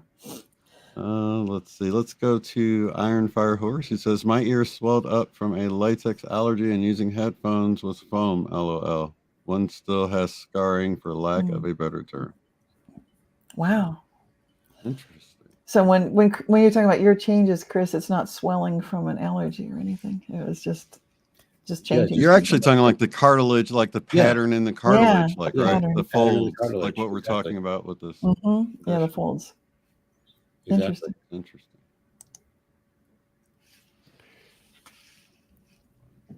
Perhaps they'll go for more of the Dumbo octopus ears, says Sally. Maybe people would want them. No. Right. Especially if they could swim and fly with them, right? Right. I don't think so. No, Talk not about a good look. sailing, right? All right. I ain't never seen an elephant fly. I don't know if you remember the movie. The crows. But there are some. The singing crows. Well, there are some strange things up in the sky. I think the next slide we go up and look up. Yeah, red ring over Italy. This showed up recently when a photographer noticed there was a huge red halo above the town of, oh dear, how can you pronounce that? Passaggino, Italy. Passagno. Okay, thank you. Passagno. On March 27th, and this massive ring of about 224 miles in diameter was up above central Italy and the Adriatic Sea. So there's an explanation. They call it ring flash, and it's known as an emission of light or very low frequency perturbations due to electromagnetic pulse sources. And then they call it ELVE, which seems like a tie-in with elf ears, but not sure what the ELVE stands for, but that's formed after intense thunderstorm electrification. But it's interesting. I'd never heard of this kind of a red ring occurring after a thunderstorm. I don't know if this is new for you guys. That's definitely new for me. Extra low volume is most likely the ELV part of that. Okay. Like the ELF frequency, the extra low frequency or extremely low frequency. That's right. Yeah, I just want to add to that because I was really looking into this one. This photograph was taken at the exact right moment because it said this only lasted for a few milliseconds. So it's a ring flash for sure. Flash. Yeah, and when you look at it, it's a circle, right? It kind of might remind someone of a portal. Mm-hmm. And you think about the color, it's red. Mm-hmm. So I'm going to refer back to my last Symphony of Realities too. I talk about the Tower of Babel. Yeah. And I talk about this. What was it a tower to? Is it possible? It was like they discovered an escape hatch or a way to get into base reality or a heaven realm or the primary matrix or whatever you want to call it. But basically, when I was tuning into this, I was getting that it was a portal to base reality, but something came through base reality. Like one of the, I'll call them like a founder, came through here and is on the earth. And we're able to observe it because I think there's a reason why this photographer caught it at the exact right moment. And I'm going to just read some things off what I was tuning into. Mm-hmm. Miracle energy. This founder had something to do with the feline race, negotiation, art of war, realness, truth, abundance, source of energy, business, light work, integration. So basically, view this as very positive. And in one of our next slides, we're going to talk about the smallest country, and where this appeared was very close to where the smallest, maybe the second smallest country in the world is, in Italy. So it kind of ties into that other slide. So yeah, basically portal from base reality into this reality of something very good and very positive. Maybe it was a time cop, hopefully, hot on the trail of these weird changes. Right? Exactly. Yeah. Very interesting. Very, very cool. Very cool. Never seen anything like it. It actually kind of reminds me of the lasers in Hawaii, you know, the green lasers that came down for a moment, scanning Hawaii. What was it, like a month ago? Oh, yeah. I remember that. Yeah. Because it looks like, you know, when you shoot out the red laser lights, a lot of times you get sort of that dotted pattern like you see there. I don't know if it's the resolution of the screen, but it has that lasery looking pattern to it. Yeah. Interesting. It's like a big cherry donut in the sky. It's funny. And we could actually skip forward 2 slides, Heather, and then come back. Let's put them in the correct order. I think Chris is right. Yeah, there. Thank you. Beautiful. Here we've got San Marino. I don't remember there being a country inside Italy. This is new for me. I remember that it was interesting enough, just the fact that the Catholic Church has this little mini area inside of Ity that there's Vatican or whatever. Yeah. Yeah. I Yeah, thought that it's was great. bizarre, but to have two such things, to have an entire country also, this is new for me.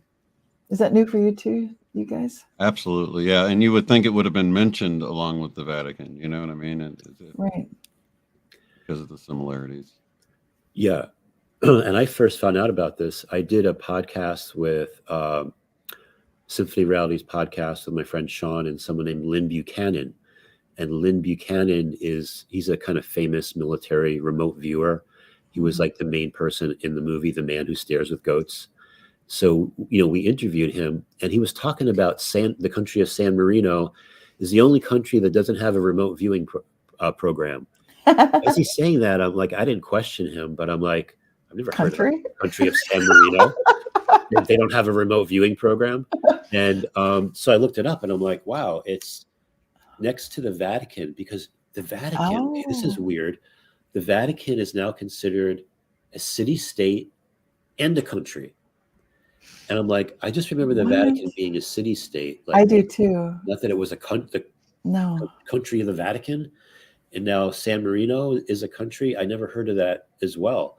And it's a landlocked country and has its own passport. It's got its own national anthem, has all the things that a regular country would have. But to me, in my reality, sometimes you might, people, what's the largest country in the world and what's the smallest country in the world? And the San Marino had never come up into my reality before. So to me, I could be living under a rock or it could be a Mandela effect. And it's making it weird about Italy having two countries inside of its own boundaries. What other country can boast that fact? I don't know of any others. I don't know of any others either. A country within a country. That is really interesting. Yeah. And this is right around where that red elf portal was seen. Interesting. Right in that area. Yeah. Something definitely to all this. Maybe they got their remote viewing program up and running. Exactly. They've got better than that. They got time cops. Yeah, they got a time cop that dropped in. Yeah, right. Love it. What do you think, Jerry? I try not to. It hurts too much. I have never heard of this country being locked into Italy like that. That is all completely new to me. What about the Vatican being more than just a city-state? Apparently now it's a country. I was always told it was a city-state. Right. Yeah. And it's confusing. You look it up now, and since like 1922, it was considered a country. Which technically a city-state would be its own country, just like D.C. I was confused to learn there were two popes living in the Vatican as of like a few years ago. So one of them died. So everything that's going on with that reality is like totally new for me. Yeah, it's very wacky. And there's a lot of change happening in Italy, apparently. Interesting. Well, definitely something to keep an eye on for sure. Yes. The slides, we went a little bit out of order, but we can proceed back to the next one. Yeah, there. All right. King Tut is older than Boy King. So this actually shows Tut as a young man. Is that correct, Chris? You found this? Yeah. So yeah, I was just came across my news feed about this 16-foot statue of King Tut, the boy king. He looks like he's not quite a boy here. He looks like he's at least a teenager. And that I believe there were two 16-foot statues of him that were in his tomb that I had never heard about before. So yeah, you can see how big he is from the perspective of the people standing next to it. But I had never heard or seen of this statue before. And it's got that original headdress with the single cobra that people tend to remember. Like now there's been a change to the king. Right. Yeah. Now it's like a vulture and a cobra or something. Right. Weird. I can't even think what it is. Yeah. More than just some a kind cobra. Of bird or something. Yeah. Mm-hmm. It's cool to see this as we remember it. Yeah. Exactly. That's what I was thinking. Yeah.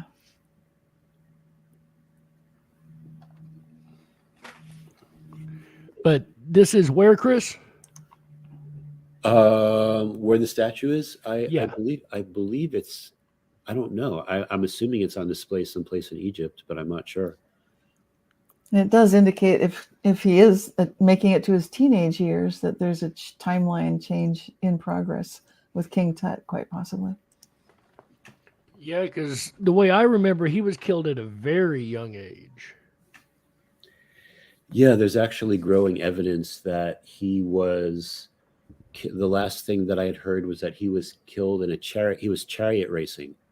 And he had a chariot racing accident that broke his leg that caused an infection. And he died from the infection. So, but I had heard things like somebody hit him on the back of the head when he was a boy, like those types of things. But now, now it's a chariot race. Yes. In this reality, he's definitely at least a teenager. And I'm going to say at least 17 to 18 years old, at least. That seems like a change to me. Yeah. It's almost like a timeline battle to keep them alive longer and longer. Right? Makes you wonder the importance that he held at the time, huh? Right. An Iron Fire Horse says, ouch, what a nasty death. That would be a nasty death. Mm-hmm. Slow and painful.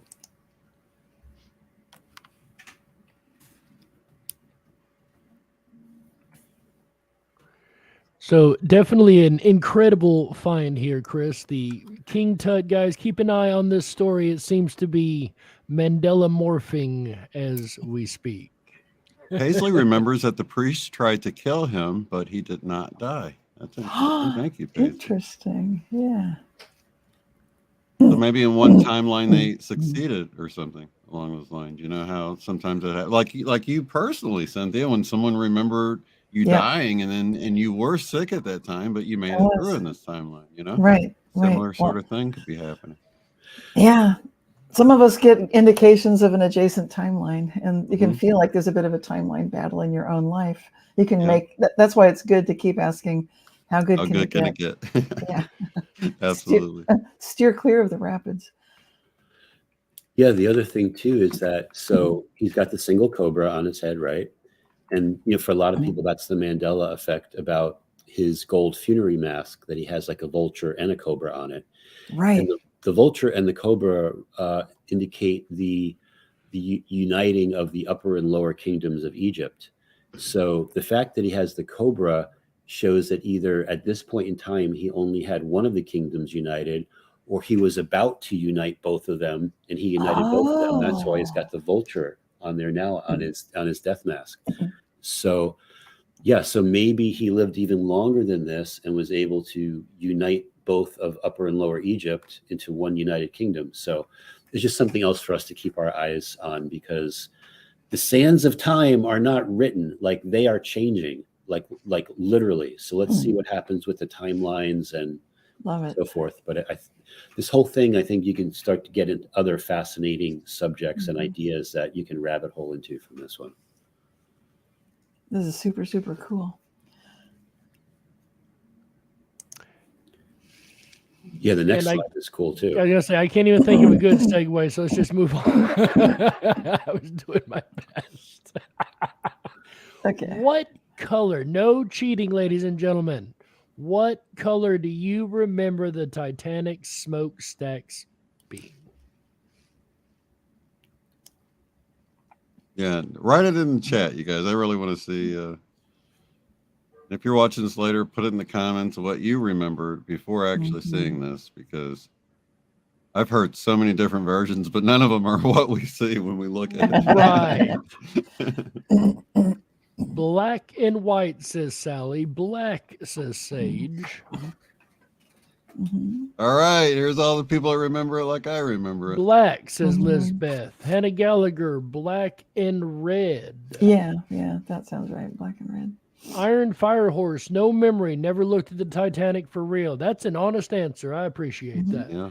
I was going to say, like, when we reveal the color, if you look at the James Cameron's Titanic movie, it matches what we're going to show you. You got to be kidding. He was a stickler for detail. Like, he was not going to show the smokestacks in a different color. I mean, the smokestacks Mhm. He wasn't going to show them in a Paisley different says red and white. Yeah. Wu Wai translation says yellow. That's an interesting choice. Hmm. So we've got a lot of people saying red and black. We've got one person saying yellow. Sally says black and white, and she came from Southampton, the home of the Titanic. Nice. Red and yellow. It was on fire, says Sage.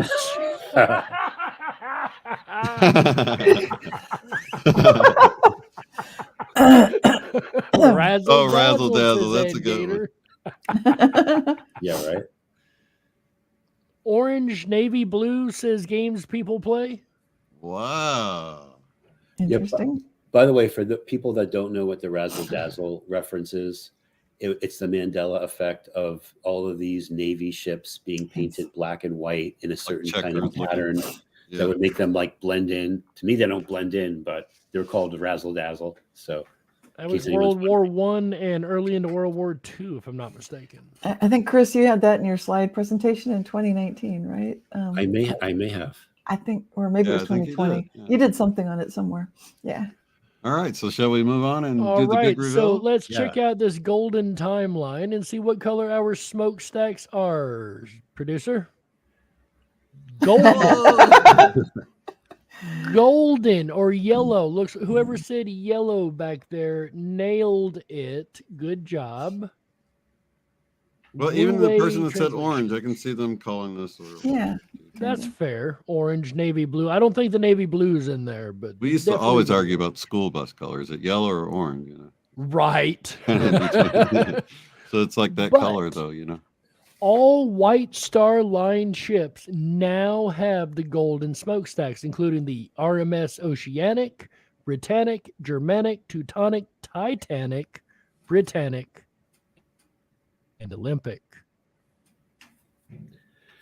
Yeah, it's called White Star Buff is the name that the White Star Line gave to this particular color.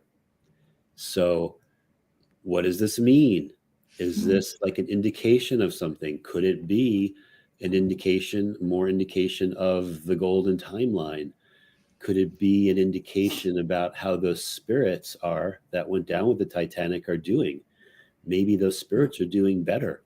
And we have a sign like this coming through the most obvious part of the ship that we can observe. So when I first saw it, like if I were to like have guessed, I would have said red and black because that's what my memory said.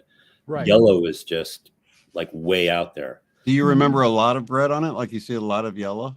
Or was it just like the bottom of the ship where it's like a line of red? How do you guys remember the red being? Just a little bit of red. Okay, because I remember them Right. being black with maybe like a pinstriping red or like you see at the bottom of the boat, like a line of red, but not that whole top part that's yellow being any color whatsoever. That's just wild. That's so crazy. To me, it might have been silvery or something, but but definitely mainly black, in most of it.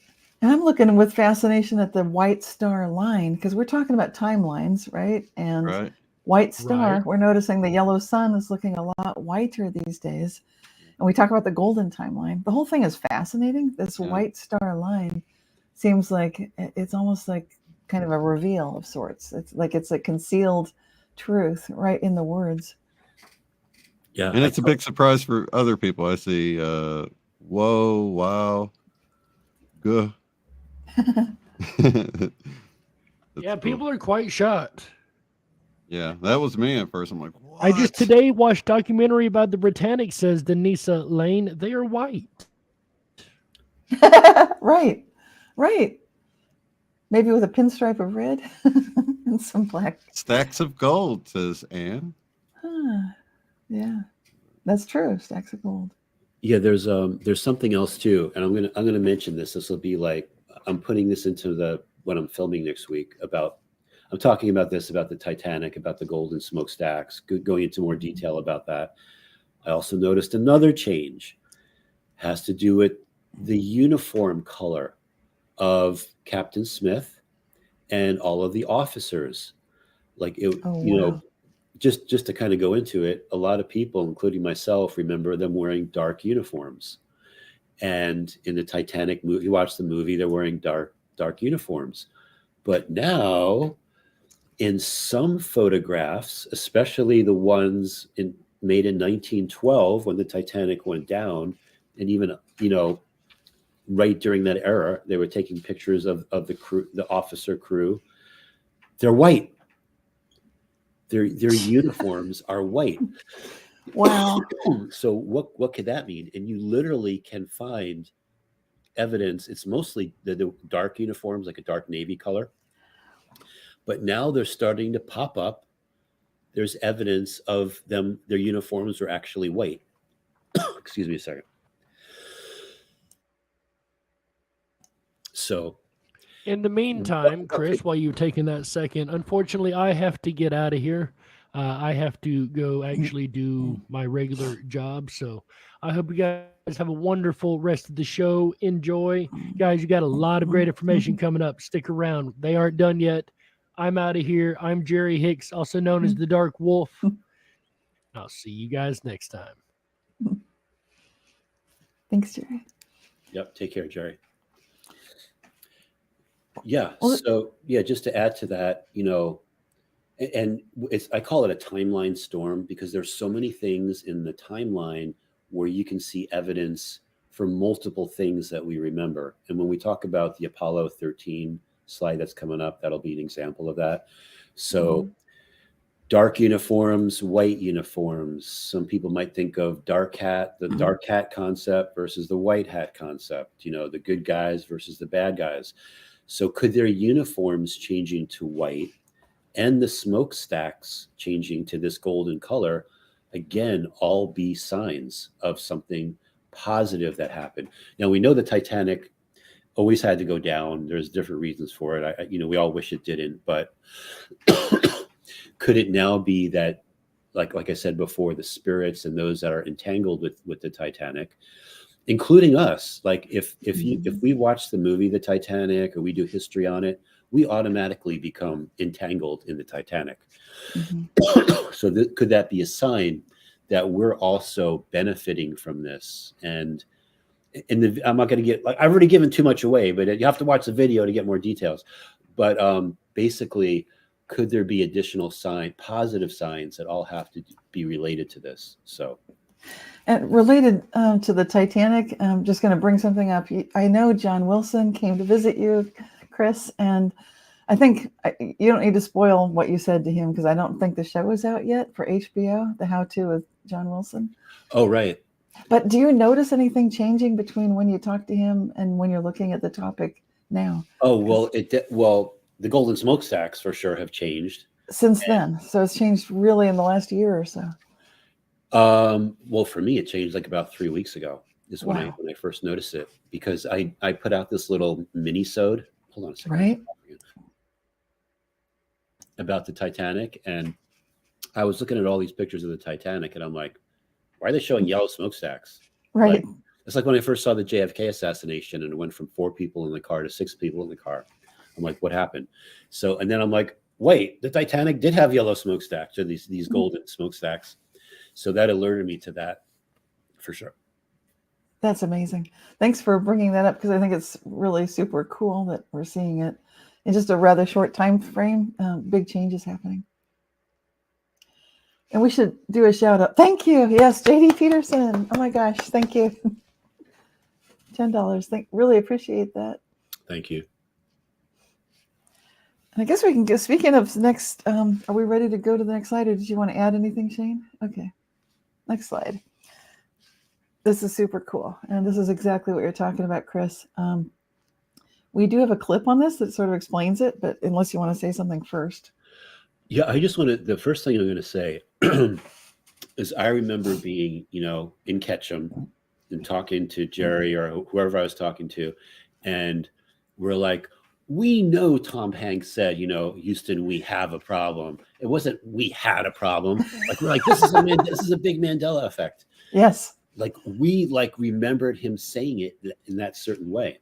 Yes. So what's interesting is, we have a little video clip we put together. Mm-hmm. And when we have Heather play it, I'm gonna ask Heather just to like pause it at a certain point. I just want to like talk about what that clip is indicating.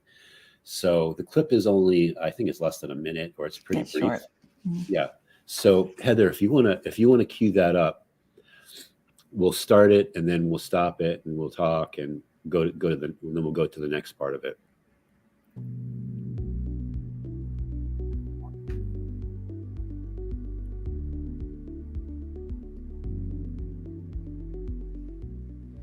This is Houston. Say again, please. Houston, we have a problem. Hey, Houston, we've had a problem. If you could pause it there. Okay, so I don't know if you could click it back a little bit to the Tom Hanks part. So basically, this is the movie Apollo 13, directed by Ron Howard, who was literally a stickler to get all the details right. I was watching an interview with him, and he had before Apollo 13 was in the movie theaters, he had a special screening for like people that were in mission control and people that were involved at NASA and the space program at the time. And he was so nervous because he thought he wasn't going to get the details right, or he was nervous he didn't get some details right. And what was remarked was that a lot of these people that were, at mission control at the time were like, was there hidden footage we didn't know about? Like everything looks so perfect. So basically, he wanted to get everything right. So the first part about this is that you got Tom Hanks, who plays Commander Jim Lavelle, saying, Houston, we have a problem.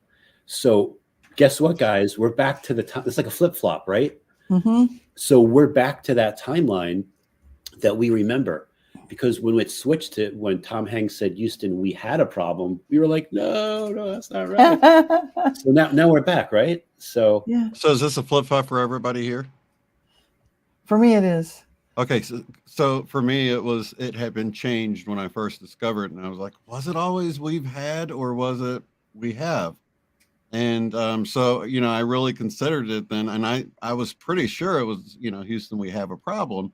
But at that time, it had changed, and then somebody brought it up that it had flip-flopped. So luckily, I caught it like probably about a month before it switched back for me.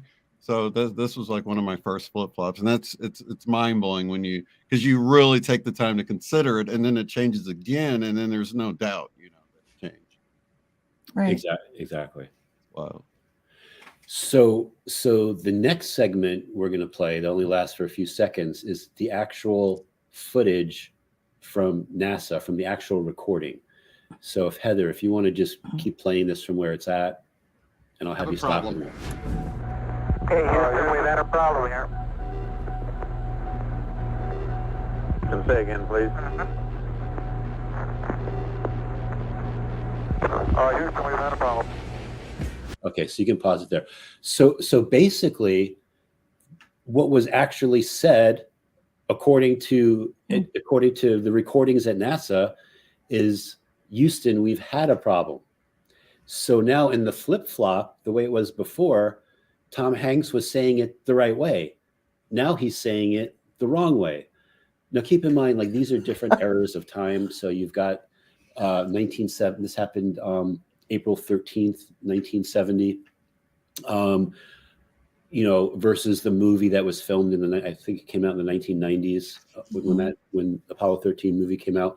So you've got different eras of time. So yeah, so okay, this now it gets more confusing than this, but I don't know if Cynthia or Shane have any comments before we go on to the next part, which is going to really blow your minds. Okay, I do have a quick question. So when it originally changed, did the original recording change? Because I only knew about Tom. I only personally experienced Tom Hanks change. Let's clarify that. That's the same thing I was going to ask. Oh, okay, good. Do you know, did you check out the original footage when it first changed before it flip-flopped or anything? I didn't. No, I didn't either. So I don't know if you matched or not. I have no information. I don't remember anything about I only that, know so the movie changed for sure. Right. The movie's now going back and forth. Yeah. This I don't know. Yeah. So, but you think that in that version of the movie from that timeline, this is what the dialogue would have actually been, because of Ron Howard and how perfect he was trying to make everything. Absolutely. Okay. So now the next part we're going to play, I'll set the stage a little bit. This next part happened about 2.5 months after the astronauts got back. You know, they fixed the problem, they re-entered Earth's atmosphere, and, you know, blah, blah, blah. So they appeared on Johnny Carson, The Tonight Show. And Johnny Carson interviews them, and he probably interviews them for like about 30 minutes. So there's a snippet of that interview that I want to play, which is going to twist your minds even more. So let's watch this, and then I'll like give you like a little bit of analysis about what you just watched. When you first knew that you had the trouble, that something was wrong, who's the first to know? You were the first one, I think, to radio back to Mission Control in Houston, right? No, actually it was Jack. Jack was the man who said, I think we have a problem here. Which I guess turned out to be the understatement of the century, I guess. Houston, we have a problem. Houston, we've had a problem. I think we have a problem here. Okay, so yeah, I call this a hairball of timelines. So if we go back to the beginning of the Johnny Carson clip, okay, so sitting right to the left of Johnny Carson is Commander Jim Lovell. Okay, Johnny Carson believes that Jim Lovell, the commander, is the one that made that famous statement, but he corrects him and says, no, it was Jack Swigert. And Kevin Bacon played that role of Jack. Mm-hmm. So now the hairball gets even more interesting, because Tom Hanks should have never even made that phrase, because Commander Jim Lovell never even said it. Okay, so Tom Hanks is the guy technically in the middle of the three guys on the left. No, Tom Hanks. The commander. He's right next to Johnny Carson. Okay. Yeah, next to him. Yeah, so just play this one part of the clip again, Heather. First knew that you had the trouble, that something was wrong. Who's the first to know? You were the first one, I think, to radio back to Mission Control in Houston, right? No, actually it was Jack. Jack was the man who said, I think we have a problem here. Now, if you said, like, to me, it's like, I thought Johnny Carson was a little bit confused, because this was in the headlines. Like, yeah, like, why would he forget, like, who said, like, he's interviewing these people. Why would he forget the most famous person that said it? So the hairball is like really crazy with this one. So we've got dialogue. Not only do we have the movie changed, what the astronauts actually said as recorded by NASA, but now we have who said what has changed. So if this doesn't twist your mind, now I looked into it, and the global narrative will tell you that Ron Howard thought it was more dramatic to have Tom Hanks say the line, and it was more dramatic for him to say it in a different way. You know, we have a problem versus had a problem. I don't buy that. Like, I don't know about you, but I don't buy that, because I know how perfect he was about things. So if you guys have any thoughts about what we've learned so far, please share. What year was this? Because I don't remember ever seeing Johnny Carson look that young. 1970. Oh, okay. Yeah. 4 years before I was born. All right. Oh, yes. Right. You're a baby. Well, this seems like it's got a message for us. All kinds of messages, actually, with the flip-flopping and the changing of we've had to we have, and now we're back to we have. So it seems like the flip-flopping seems to be bringing us back. For those of us who noticed the flip-flop, we're back in present tense. It's, staying focused on the here and now. Yeah, and I have I'm going to add like a little bit more information to this. So these changes revealed something. So one of the things like do is go into the Akashic records and see like what's going on with what. It revealed something related to Lemuria and call them a negative faction trying to change something regarding past history, something related to the colonization of the moon. And they were somehow using, I'll call it, the CERN of today as like a magic wand for this type of thing to happen. But basically something also has happened regarding the moon and the orbit of the moon. And if you guys remember, like that, these are all like, so these Mandela effects are kind of tied together. So if you remember when we had Evan Moneybags on, yes, we were talking about I believe we're talking about the wet moon or the Cheshire cat moon. He's back on track with the Cheshire moon lately. He's on it. It's a big topic. Yeah. So to get that wet moon and the Cheshire Cat smiling moon, the orbit of the moon had to have literally changed. That's the only way that phase of the moon could be seen now. So what we're talking about is like the moon charts. It's like they kind of always look like they're, oh, where is my hand? It's like this is what people remember from a moon chart. So it go from full to, and then it sort of, it wanes and then it waxes. And it's always in this kind of a configuration. Now there's the Cheshire crescent moon, which is like a smile like that. And the official story is you can only see it from the equator. That's the cover story. Doesn't make a lot of sense. And people that remember having seen this sometimes remember it from decades or a long time ago. But I've been going through art records to see if I can find paintings of it. I haven't been able to really find anything like that. But right now, Evan Moneybags is doing, he's logging all the days this month that he's observing it and going out each night and checking the sky. And he saw it several nights last month. And so it's sort of a big thing this time of year. And then now he's asking where in the world are people observing it, and I think he's running a video on his channel, Moneybags 73, right? Double check the name. Yeah. So people can. It's I think probably a voting video, but he wants comments to say, if you're seeing this moon, where are you? Because is it really just the equator that it's happening? You're right, Chris. There's something about the actual position of the moon itself that's relevant. Yeah, like I said, most people will be like, of course there's always been a smiling moon, like a ridiculous to ever suggest, and for them that's right. But for what's happening, hold on a second, somebody doesn't want me to talk about these things today. But basically it's trying to anchor itself into this timeline. So yes, there were other timelines for sure where the smiling moon has been a thing. And it would be unusual for people if they didn't see the moon smile at them. Yeah. And I'm like Evan. I've been looking at the moon for the past few months, and it's freaking me out. It's like freaking me out because I look at the moon all the time. Yeah, I've never seen it smile like that. Even my icon, my Windows desktop icon, that shows the phases of the moon, shows it like as a smiling moon. What, and, really? Wow. Yeah, and I went to St. John in the 1990s, and I bought this photograph of, it was like the half moon over the harbor, St. John in the Caribbean. I'm looking at it, it's in my hallway, so I'm walking by it every day. I'm looking at it, and it's smiling moon now. And I'm like, are you kidding me? Like, I go by this picture, like I walk by it all the time. I remember buying it because it was, at the time it cost like $180 because this famous photographer took the picture, and I'm like, ooh. I splurged, and I'm like, I loved it because it reminded me of that whole being in the Caribbean and that beautiful, moonrise type of thing. That changed on me. So when these things happen, like they're all indicators that there's something going in. So something's trying to, and I believe this is related to Apollo 13, the moon. Something's trying to anchor in this timeline into our timeline.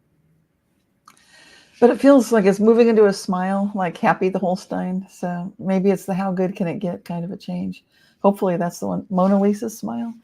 Hoping that we're moving in that general direction. And I like we've had a problem rather than we have a problem, because we've had seems, I know we're back to we have a problem, but now in real life it's we've had a problem. And I don't know what that used to be. I wasn't tracking that previously. Very interesting. Yeah. Yeah, so this is one of those Mandela effects that it's like it's not just a flip flop, but it's also there's more depth to it as well. So yes, it's super cool. That's a great comment, and Anne made a similar comment, like putting it past tense, basically. Yeah, no I longer like that. here. So let's. I think anything else to add about this, Shane, or? No. Okay, and Chris? No, let's talk about a man named Jed.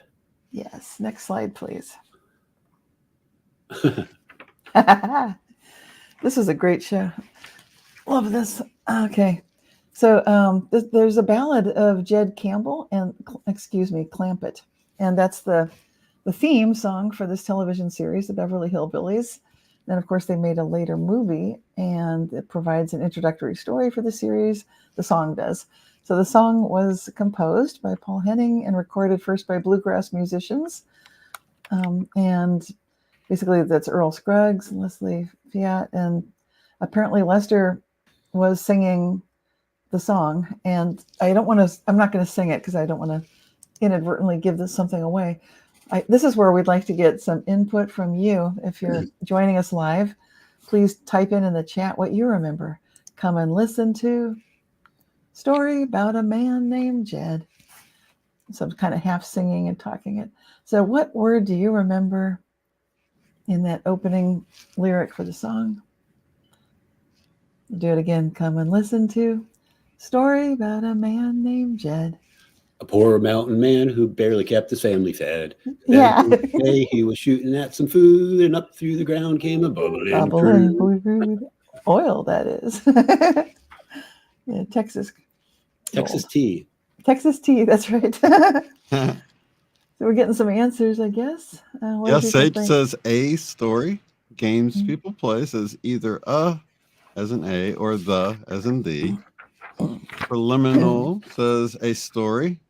Denise Lane says the story. Shaz says a. Hannah Gallagher says to a story about a man named Jed. Sage says a.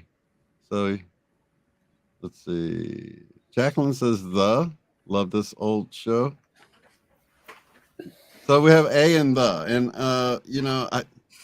I shouldn't be 100% on this one. I just intuitively remember it as a, but I can't say it can't be 100%er for me. But a, is it now the?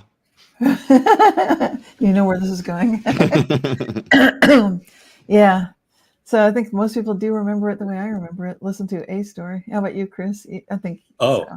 Yeah. Yeah. Listen to a story about a man named Jed for sure. Right. Mm-hmm. And now, of course, it has changed. And when did this change for you guys? You're not sure, Shane, but I spotted it about a month or two ago. It's a pretty new one. And I was like, oh, are there any interesting Mandela effects that I should look at? And I just got directed to look at the Beverly Hillbillies. And what do you know? First verse was a change. So yeah, let's reveal what it is. Drum roll, please. Yeah, it's now come and listen to the story about a man named Jed. So a couple of people did say that, and they got it. But so it didn't change for them. But for those of us that it changed for, it feels like it's one of those very subtle changes. People may say it's not big change going from A to the. Wait. And we have dual memories. Wait, do you know what the change is? Is it not from A to the? Okay, go ahead. No. It's even weirder. Go ahead. Come and listen to my story. That's like the weirdest. About a Wait, man. what? It's mine now? My story. You could look up the lyrics for the Beverly Hillbillies. That is so wild. Yeah, my story. So it's interesting because that doesn't even sound like what I remember. Yeah. Oh my god. Yeah, my is like me, right? And me is like abbreviation for Mandela Effect. That's true. Yeah. And it's also a take on subjective reality. So it's a very subjective experience. My story, my experience, not objectivity. Yeah, that's weird. Subjective, like a bubble reality, like a Wigner's bubble. The physicist Wigner. Well, mine was definitely not on my radar. I was thinking A or the when I read that. No. Exactly, and nobody even put that in there. Yeah. Did anyone get that one right? Nobody said mine that I noticed. Yeah. Who is my? Sage says. Right? I couldn't even remember it was my. I know. Who is my? Well, that's a good point. Well, it's supposed to be, I guess, Jed's story, but it makes you want. Oh no! Wait a minute. Who is my? Because it's a man named Jed. This really is a good point. It's like if you build it, he will come. Who's he? Right. Yeah. Exactly. Or one of the actors singing. Who's the singer? No, the singer. It's sung by Leslie, one of the songwriters, the bluegrass musicians. So Earl Scruggs was one of them, and Lester was the other. Lester is singing. And Lester's not one of the stars. So come and listen to my story. Makes you wonder if they made the show out of the song. Let's just make a show out of this song. You know what I mean?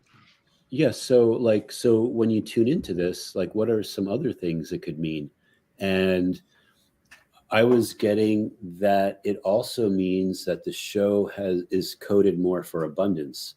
Yeah. So that the actors, show was shot in the 60s, but those actors that played the different parts are resonating at a slightly different frequency.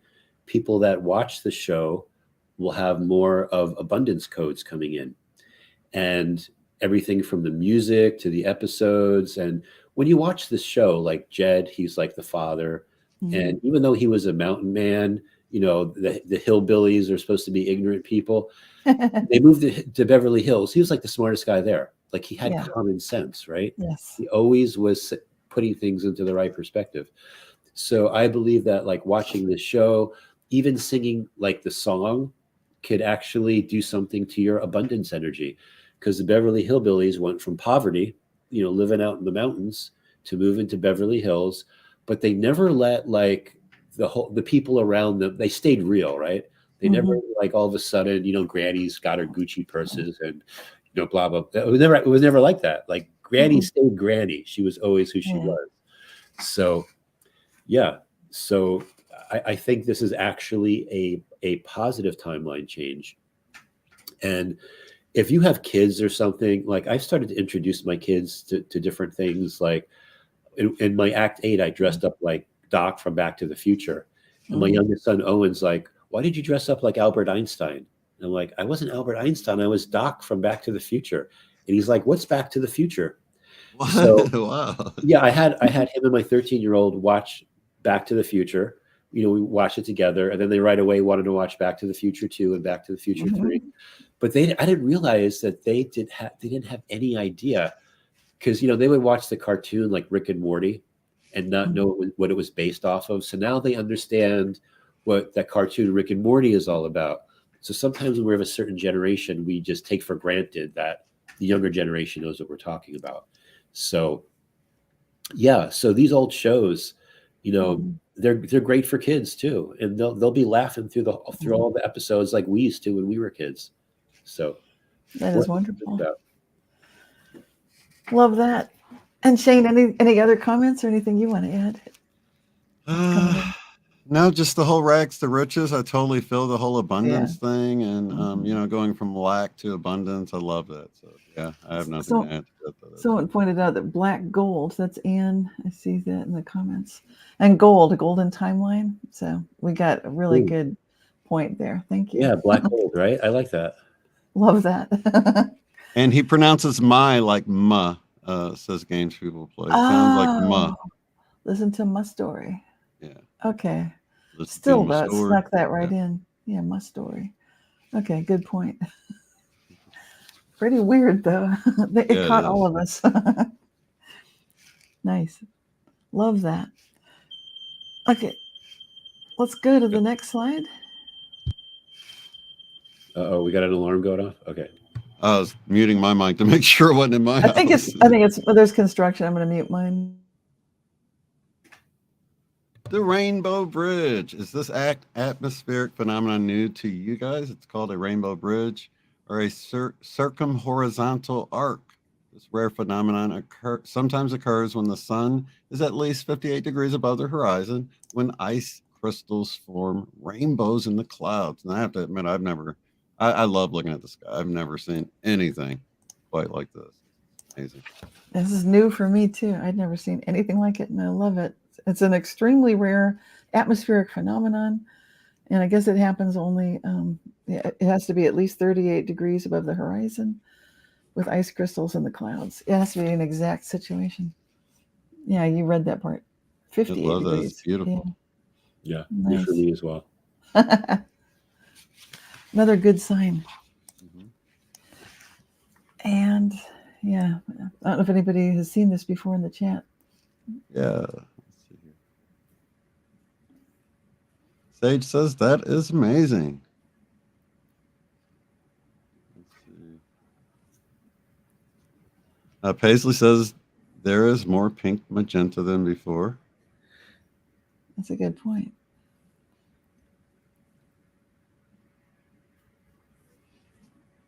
And are they saying what are the wispy lines from? That's a good question. That even looks strange without the rainbow iridescence in it. Just the squiggly white line through there looks really odd. It's almost like a rocket that went haywire, like an Elon Musk rocket. Right. There was that in the news recently, and it did leave. There was that rocket that left some sort of a space anomaly, like a spiral in the sky over Alaska. But really beautiful, though. Yeah, this is really beautiful. I love the colors. So we should press on because we still have a lot of stuff to go. I think we're getting toward the end of it, but let's go to the next slide. We have an update. Dark Wolf Jerry Hicks brought this one in. He noticed this news story that a team of researchers from the Université Libre de Bruxelles and the French National Center for Scientific Research, and they have shown for the first time an exotic type of process violating causal inequalities can be realized with known physics. So long story short, what's happening here is we're getting some physical proof of retrocausality. So it's a phenomenon that was possible in theory. And I think in our last episode, we asked ChatGPT a question about retrocausality, and somehow it was claiming that there was no study, there was no research. This study showed up in Nature Communications. And so it's showing that such processes can in fact be realized in standard quantum mechanics using variables that are delocalized in time. So this finding has far-reaching implications for our understanding of causality in physics. And next slide. Sorry about all the words, but next slide, Heather. Yeah, okay. So these are the researchers, Julian Wex and Ognian Oreshkov. Those are researchers at the Université Libre de Bruxelles, and Cyril Branchard, a researcher at the Institute in Grenoble, France. They've shown that certain processes violating those causal inequalities are definitely realizable within standard quantum physics on so-called time delocalized subsystems. So it's just proving the point that we were not crazy when we were asking these questions, but sometimes ChatGPT, that's the reason we're bringing up the update, because we just talked about this, and ChatGPT was claiming there has been no research showing that this kind of delocalized retrocausality effect could happen. And actually, it is happening. We do have ever increasing studies, including this one that just came up. So I don't know if anybody wants to comment on that, but I think retrocausality, the time travel effect, this is all very related when we're talking about reading into things like that, that red flash, the ring flash that happened over Italy, and getting that intuitive feeling like, okay, this could be a time causal correction. This is something that's very much a part of science, and it looks like a very viable explanation for what part of what might be happening with the Mandela effect. I think it might be interesting to do a follow-up chat GPT question to this week. Maybe that's we could definitely, unless someone has another idea. And do we have Chat GPT ready to go soon, Chris? Or I do. Well, we can stall. Well, no, it's always a little snarky with me lately. But you want me to type something in? Well, we've got one more slide, and so I was going to say if you want to get ready, one more. So next slide. We just have a brief update here for people interested in the Mandela effect. We've got some good news. There's a documentary coming out soon, and it's getting closer to completion. World distribution rights have been secured by Screen Media. That's a company that's under the umbrella Chicken Soup for the Soul. And the guy that's pulling it together, the director, Robert Kiviat, he says the Mandela effect has made people want to know if history is being altered, whether it's malicious advanced intelligence or even the result of computer code glitches in a simulation. Elon Musk says he's certain we all live in. Our team looks into all the possible causes of this phenomenon. So good news about that. I guess, I don't know if you guys have been talking to Robert. I haven't spoken with Robert, but I know he's working with Evan Maitreya, Moneybag 73. So it should be interesting. I love this picture here. Yeah, it's pretty cool. All right. So I think we're ready to go to ChatGPT. And if people want to type in the chats, if they have another suggestion, something they'd love. But otherwise, we can go with what you suggested, Shane. Yeah, so I've got it. I've got it ready to go. But if you want me to type something in specific, let me know. I'm open to whatever you guys would like. Seems like when you said snarky, what did you mean, Chris? It's been it's like I'll ask it a question about Tesla and something that Tesla might have said about the concept of the ether, and it'll come back and say, something like Tesla's views have been are no longer valid, and it's from he repeats things from the era that he was from, and you should look into current resources. And I'm like, really? I just asked you a question about Tesla. You don't have to tell me he's inaccurate. So, wow. Okay. Yeah. So a little bit I call it snarky kind of answers. Yeah. Really, it's don't listen to him. Just trust Bill Gates. Yeah. Yeah, exactly. Sorry. Exactly. What a Tesla. Okay. So do you want to word a question, Shane, for something similar? I'm not sure. Let's see. Or anything else coming in the chat? Let me look at the chat. Make sure.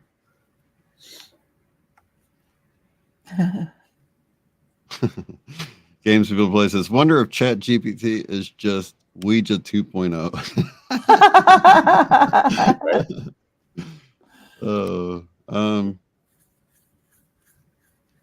I'm not really sure how we would frame the question about retrocausality. I think we were asking about the Mandela effect, if it could be partly due to, or maybe we're specifically asking. I didn't look up what we asked last time.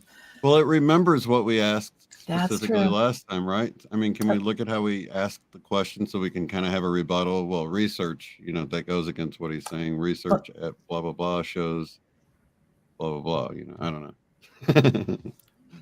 Okay. And we can get that off the slide, correct?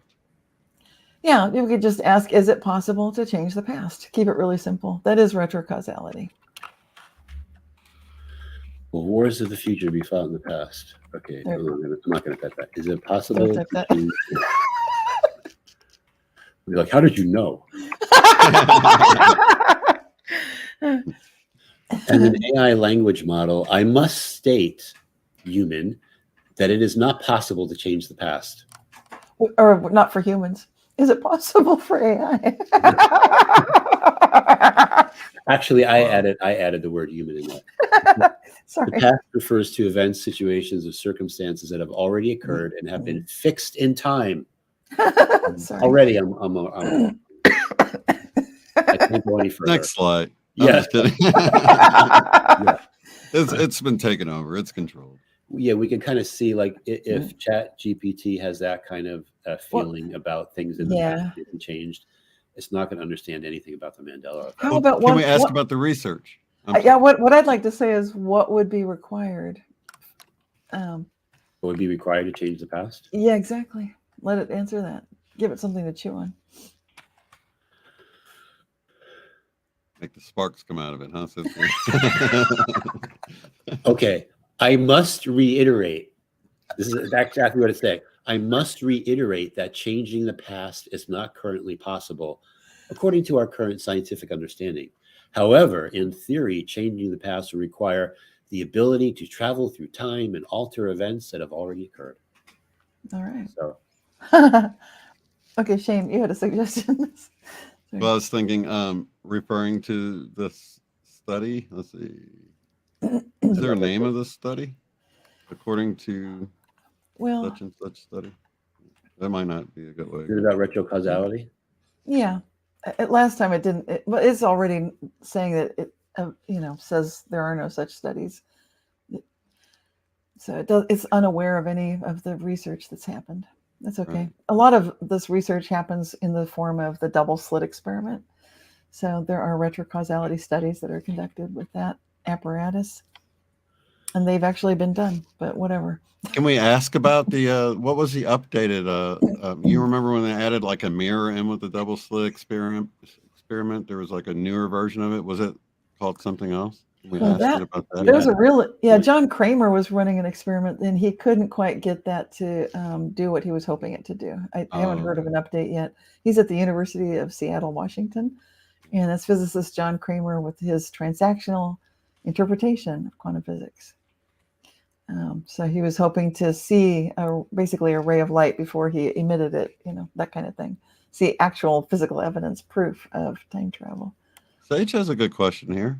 Okay. Question to ask ChatGPT about: do AI have a part in the Mandela effect? Would they admit it?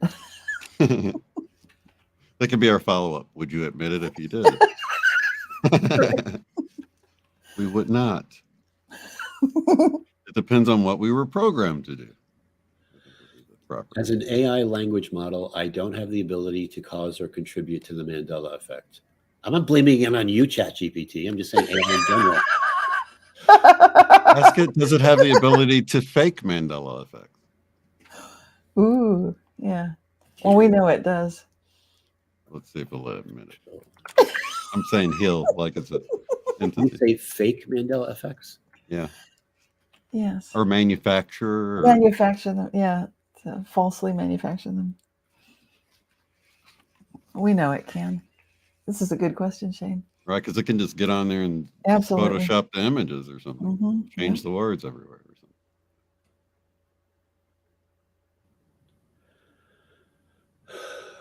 AI does not have the ability to generate or create information on its own, nor does it have the ability to alter human memories or perceptions.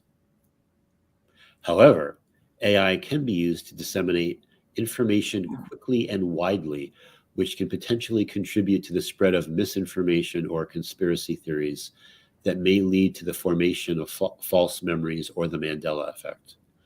AI-generated deepfake videos or images could also contribute to the creation of false or misleading information that could potentially alter people's perceptions or memories. Okay. Brainwashing, basically. Basically. Yeah, exactly. Oh, that was pretty good. We could go deeper down that rabbit hole, but I think that's pretty good. Anything else you want to ask it? I think that's enough to chew on for the time being. Yeah. Excellent. Well, that was very, very informative. So we do have a mail that came in this month, not in the form of mail, but we had an excellent comment on a video. So let's go to that. This was from Glenn O'Neill, and it came in a month ago. And the question is, anybody familiar with the celebrity death hoax, wherein celebrities who were thought to have passed on are now alive again? Which sounds like the Mandela effect when you first hear this. Okay, I recently saw an article on NBA great Karl Malone showing he is still alive. I recalled that he had passed. So sounds still straight out Mandela effect here, or the alive again phenomenon. I even saw a Jimmy Kimmel clip in which NBA great Charles Barkley mentioned Malone's passing. Wow. So I guess why I don't understand why this is a hoax exactly. So what do you guys think about this? It sounds like he's asking, are we hearing about examples of the Mandela effect, basically, with other celebrities being considered dead, but then they're alive again? Yeah, right. So that's how the global narrative would try to explain away it's a hoax, right? The person's still alive, but everyone remembers them dying. And right. Like Mandela, like Nelson Mandela, the original. Right. So I think that's the way the global narrative is trying to let people know that they're misremembering. The person never died. Look, they're still alive, but our memory remembers otherwise. Right. Exactly. Yeah, and I've seen some instances where things that go viral, they'll say somebody died, but it's sort of a quicker thing. It's not like you remembered it years ago dying. It's like people take the information and run, and for a day or two, they might think a celebrity died because it went viral, but, it kind of fizzles out really quick. So that's the only thing I've seen that sounds like a celebrity death hoax. I'm not really aware of anything else. The only hoax, when I first saw this, I was thinking hoax, and like where you see people supposedly wearing a mask, like the president sort of scratching his neck, and it looks like he's wearing some sort of a rubber neck or something. Right. Like it doesn't look like skin. It's like, what's going on there? This is creepy. So there's a compilation like that with a bunch of them that look like that. Oh boy, that makes you wonder. Weird. Yeah, it's kind of like They Live glasses or something. Yeah, it's like, okay, what is happening? And so then in that case, the hoax would be maybe the people we think they are. And like with Joe Biden, they say this is not the same guy. His eyes look different. His face looks different. Now the neck is acting weird. It's not just aging. There's something going on. That reminded me a little bit of, They Live, the movie, which is where if you wear the glasses, then the whole world looks different. So what do you guys think about that, this kind of hoax thing? I definitely think there could be some body suits, body doubles, that sort of thing. I don't think they're creating Joe Biden's in a clone vat somewhere and they've got like a whole line of these perfect biological repeats of them, like some people think. And they can just grab another one whenever they need to and download the information into them. I think it's more like they've got somebody that sounds like them that can put on some Hollywood style mask or something and pull it off. I think they can totally pull it off. Wow. How about you? What do you think, Chris? Well, okay, so I'm not saying this is the case with Joe Biden, but I definitely feel that the whole concept of human cloning is like a real thing. Like it seriously is happening. And, our governments are involved. Like I've heard even private corporations have gotten involved where they'll make clones of clones, which are really stupid. Because when you clone someone, you're duplicating something. It's almost like in a Xerox machine. If you take you're not photographing the original, if you're photographing a copy of a copy. But yeah, so I believe that there's a lot going on in our reality. People are disguised as other things, like they may be something else, and they're disguised as a human, or the whole, whatever it is. Yeah, so I'm definitely in the camp that believes that the cloning phenomena is actually happening, and the technology's been around for a while, and maybe there are people like clones being grown in vats. So that was me. Yeah, who knows? That's pretty weird.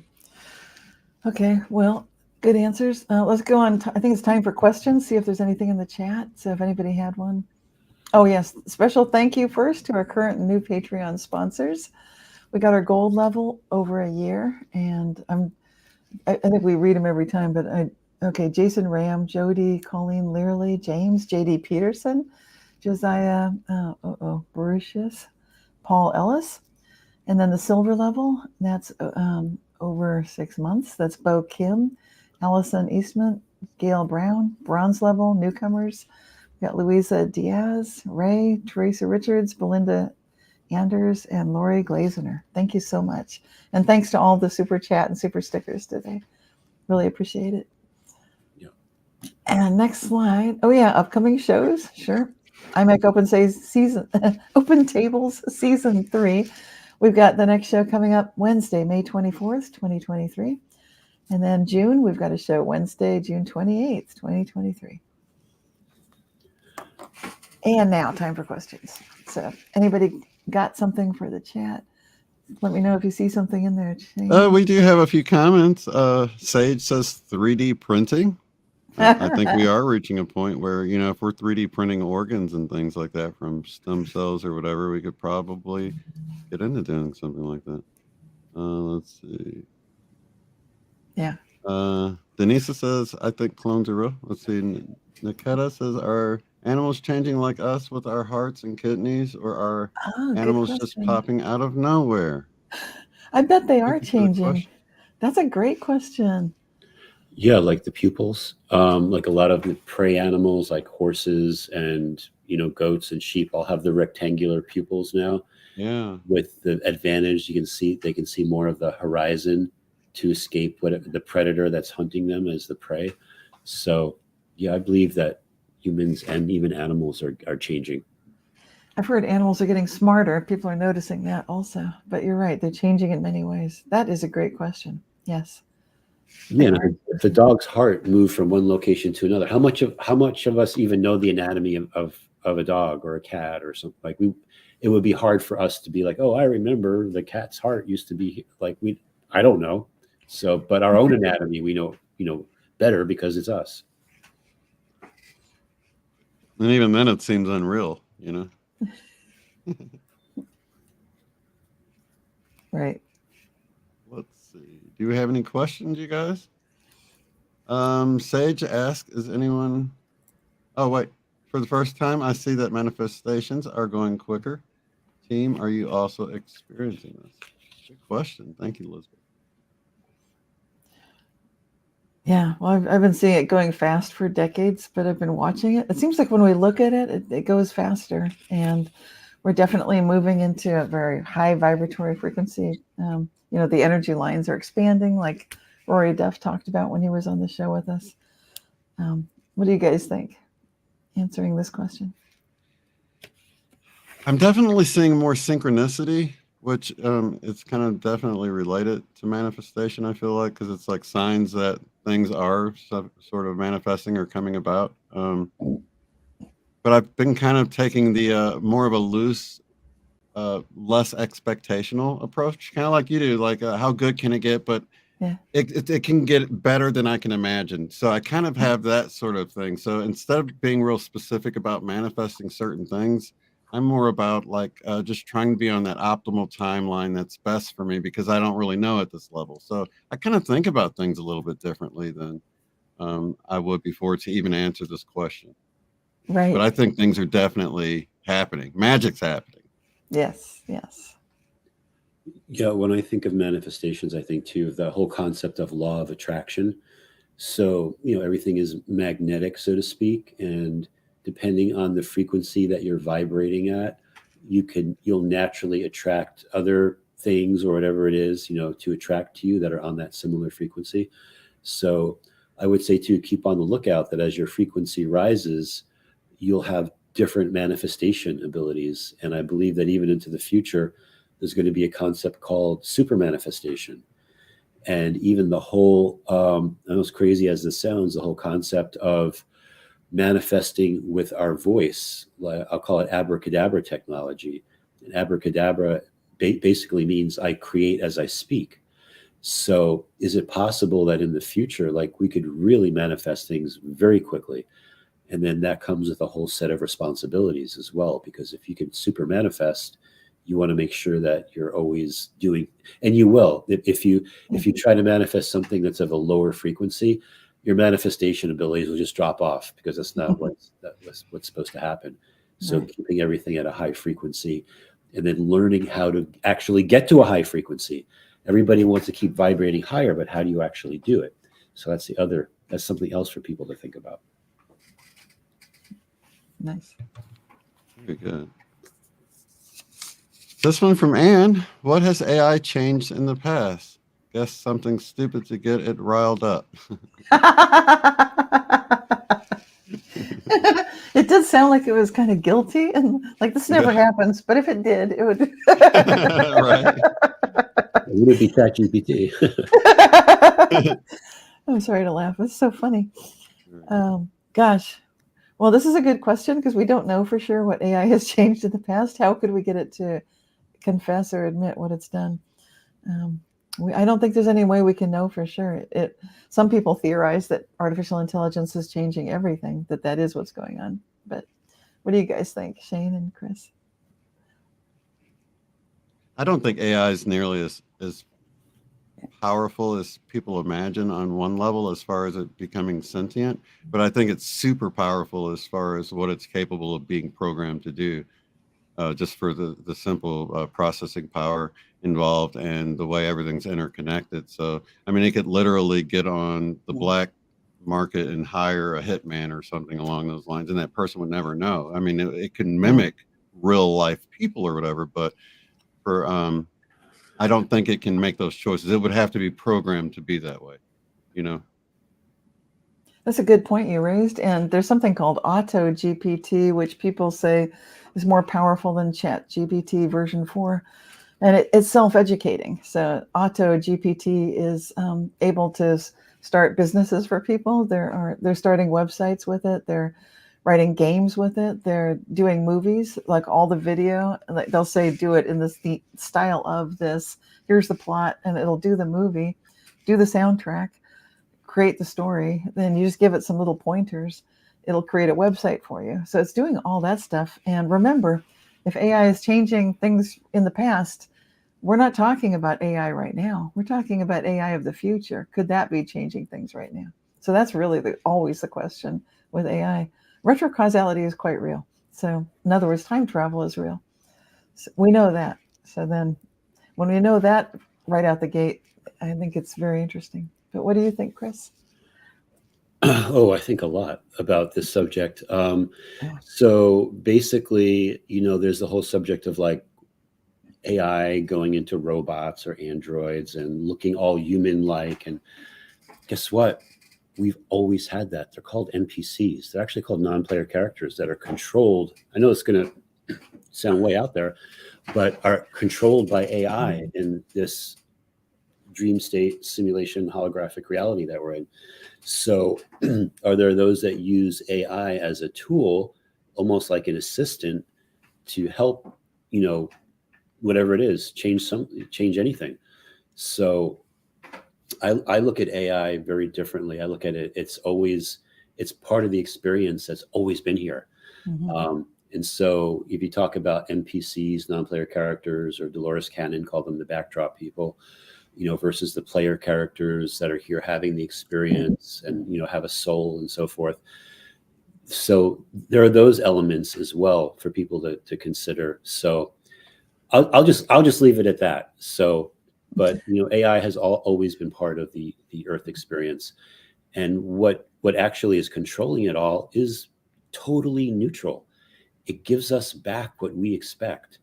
So if we want to expect the best life ever, or how good can it get, right? That's what it's going to feed back. That's what we're going to get back. Yes. We're like, oh, this world is horrible, and this happens, and that happens, and this politician and that whatever.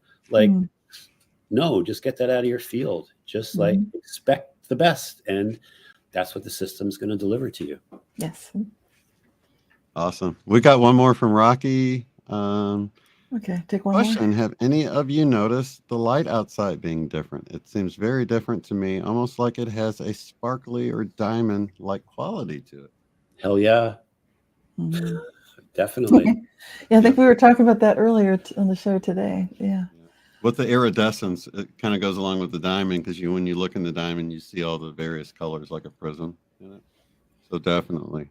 Not at the level of the Rainbow Bridge that we saw, but you can look and see, colors throughout the sky all the time. Where I normally, growing up, I would lay on my back in the grass and look at it, and they were just white fluffy clouds or storm clouds or something, but they weren't colorful all throughout like you see them now, especially when the sun's kind of passing behind them.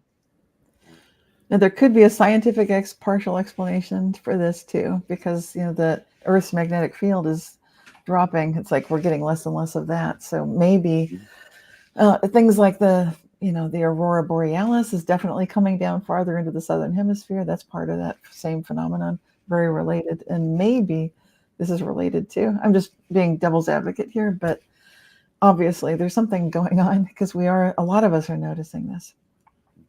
Yeah, I'm looking at the window right now. I'm looking at the blue sky, and it just looks like molecules vibrating. Like I can't pick anything out that's solid. Even looking at the walls around me, like everything is like little dancing molecules. Yeah. So I agree with you, Rocky, the flying squirrel, whatever your name was. Yeah.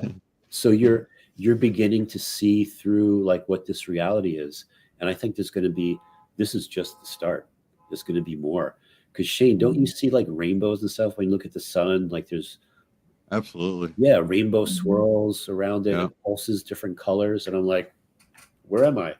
Absolutely. So, yeah. And I wonder how other people don't notice it, but I'm so glad a lot of people in our community have noticed it, because I was going before the Mandela effect even. I'm like, you see the sky? It wasn't until the Mandela effect. I'm like, oh, maybe that's what happened. It's a Mandela effect, because people don't seem to notice it.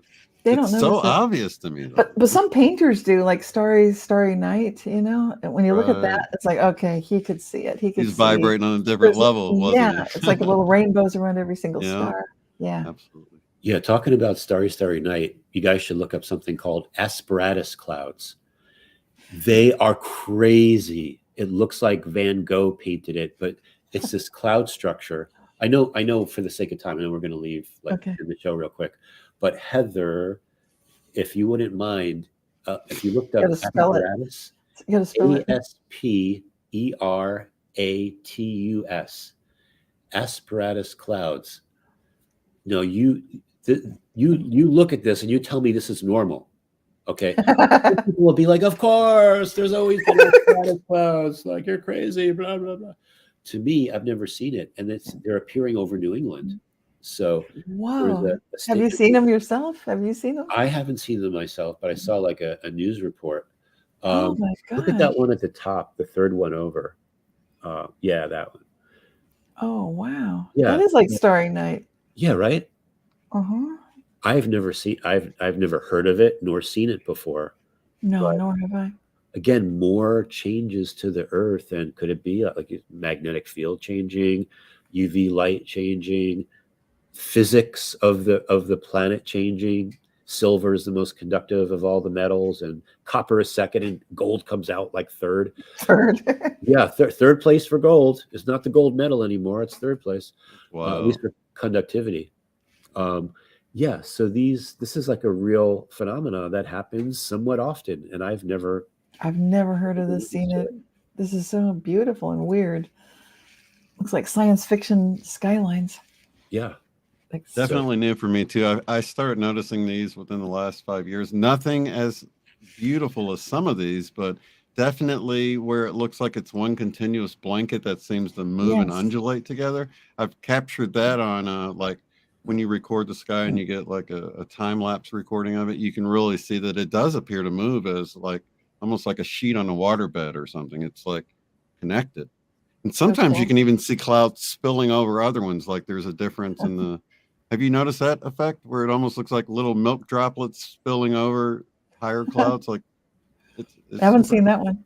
Pretty Very interesting things you can see, especially if you do recordings and then speed it up and watch things a little bit faster. Things that aren't quite as noticeable really stand out. Very cool. Yeah. And by the way, a big thank you to everyone that's watched till the end. I know. Yeah, right on. Hours. Love you guys. You did it. Thank you. All of the above. Yeah. Hopefully everyone joins us next time. Yeah, thanks so much for making this such a great show. Love all the participation today. It was awesome. And if you're watching this after the fact, be sure to put your comments in the, down in the comment section for the YouTube, because we'd love to hear what you'd like to include for us to include on that t-shirt that we're going to be creating. What Mandela effects do you like? This would be short words, preferably, like Berenstain Bears, that kind of thing. If you build it, they will come. Stuff like that. Hopefully short enough so it's not too long, but that would be awesome. And any closing remarks you guys want to make? I just wanted to mention real quick, so those dates for the live show is actually Labor Day weekend. So if anyone's wondering, like, what does that coincide with? Right. It'll be that holiday weekend. So thank you. Keep that in mind. Reserve your Labor Day. Yes. Well, thanks so much, everybody. And until next time, I guess we can say our favorite line. Together we go. Together we go. Together we grow. Thanks so much. Everybody. See you next month.